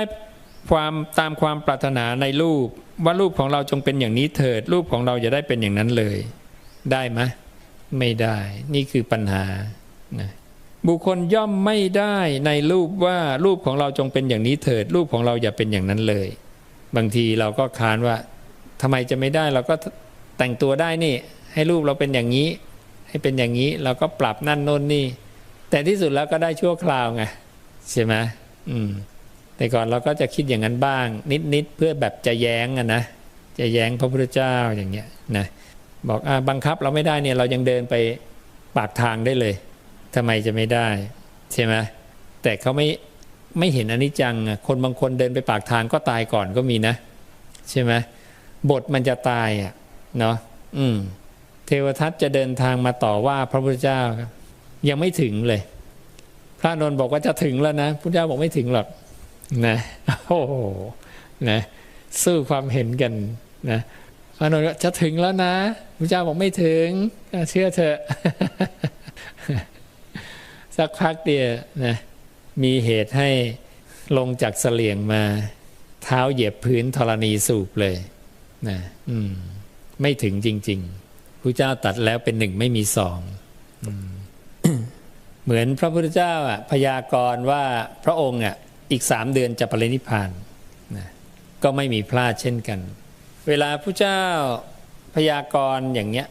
นะเรื่องของการปรินิพพานพระองค์เนี่ยเรียกว่าเป็นการปลงอายุสังขารอันนี้แผ่นดินไหวเลยนะแผ่นดินไหวจุติจากดุสิตก้าวลงสู่คันมันดานี่ก็แผ่นดินไหวนะออกจากคันมันดานะก็แผ่นดินไหวประสูติตรัสรู้ก็แผ่นดินไหวแสดงธรรมก็แผ่นดินไหวนะปรินิพพานก็แผ่นดินไหวขณะก้าวลงสู่คันมารดาจากสวรรค์ชั้นดุสิตแสงสว่างอันโอฬารหาประมาณไม่ได้ส่องไปถึงโลกันตลิกนรกก็เกิดขึ้นนะตอนประสูติก็มีแสงสว่างตอนตรัสรู้ก็มีแสงสว่างตอนแสดงธรรมก็มีแสงสว่างหาประมาณไม่ได้ตอนปรินิพพานมีไหมมีเหรอไม่เจอ ไม่มีแหมก็ให้มืดมั่งสิก็ผู้เจ้าจะไม่อยู่แล้วใช่ไหมจะสว่างไปไหนล่ะใช่ไหมถูกไหมผู้เจ้าไม่อยู่แล้วพอเสด็จอุบัติขึ้นมาเนี่ยสว่างนี่ไงแต่ท่านจากไปแล้วมันสมควรมืดไหมล่ะใช่ไหมเห็นนะไม่มีแสงสว่างอีกแผ่นดินไหวมีไหมมีเพิ่งบอกไปเมื่อกี้ไงลืมแล้วนะมีแผ่นดินไหวอันนี้เหตุการณ์สำคัญต่างๆที่เกี่ยวกับพระองค์แล้วก็เกี่ยวข้องกับสัตว์ทั่วโลกธาตุเกี่ยวข้องกับสัตว์เพราะอะไรเพราะว่าในโลกันตลิกนรกเนี่ยไม่มีแสงสว่างมืดมิดสัตว์มองไม่เห็นกันแต่พอแสงสว่างอันนี้ไปถึงสัตว์นรกที่อยู่ในโลกันตลิกนรกเนี่ยก็เพิ่งรู้ว่านึกว่าเรามีเราคนเดียวมีคนอื่นอยู่ด้วยเนาะก็เลยเพิ่งเห็นนะเห็นใครดีอย่าเห็นเราเลยใช่ไหมเนี่ยพระองค์ไล่ขันธ์ทั้ง5เป็นอนัตตานะดังนั้นเราจะเห็นว่าธรรมะที่เป็นอนัตตาเนี่ยมันมีเหตุมาก่อนเนาะเหตุของมันก็คืออาพาธเหตุของมันก็คือความดับได้2 อันเลยนะอาพาธก็เป็นเหตุของอนัตตาความดับก็เป็นเหตุของอนัตตา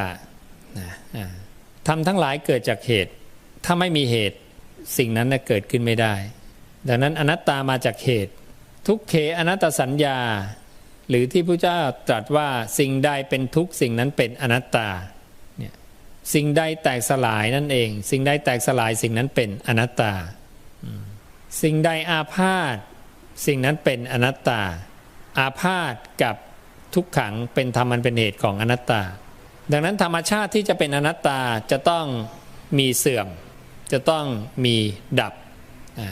เพราะเป็นธรรมอันเป็นเหตุวิญญาณเป็นอนัตตาภิกขุทั้งหลายถ้าวิญญาณเป็นอัตตาแล้ววิญญาณจะไม่พึงเป็นไปเพื่ออาพาธบุคคลพึงได้ตามความปรารถนาในวิญญาณว่าวิญญาณของเราจงเป็นอย่างนี้เถิดวิญญาณของเราอย่าได้เป็นอย่างนั้นเลยทำได้ไหม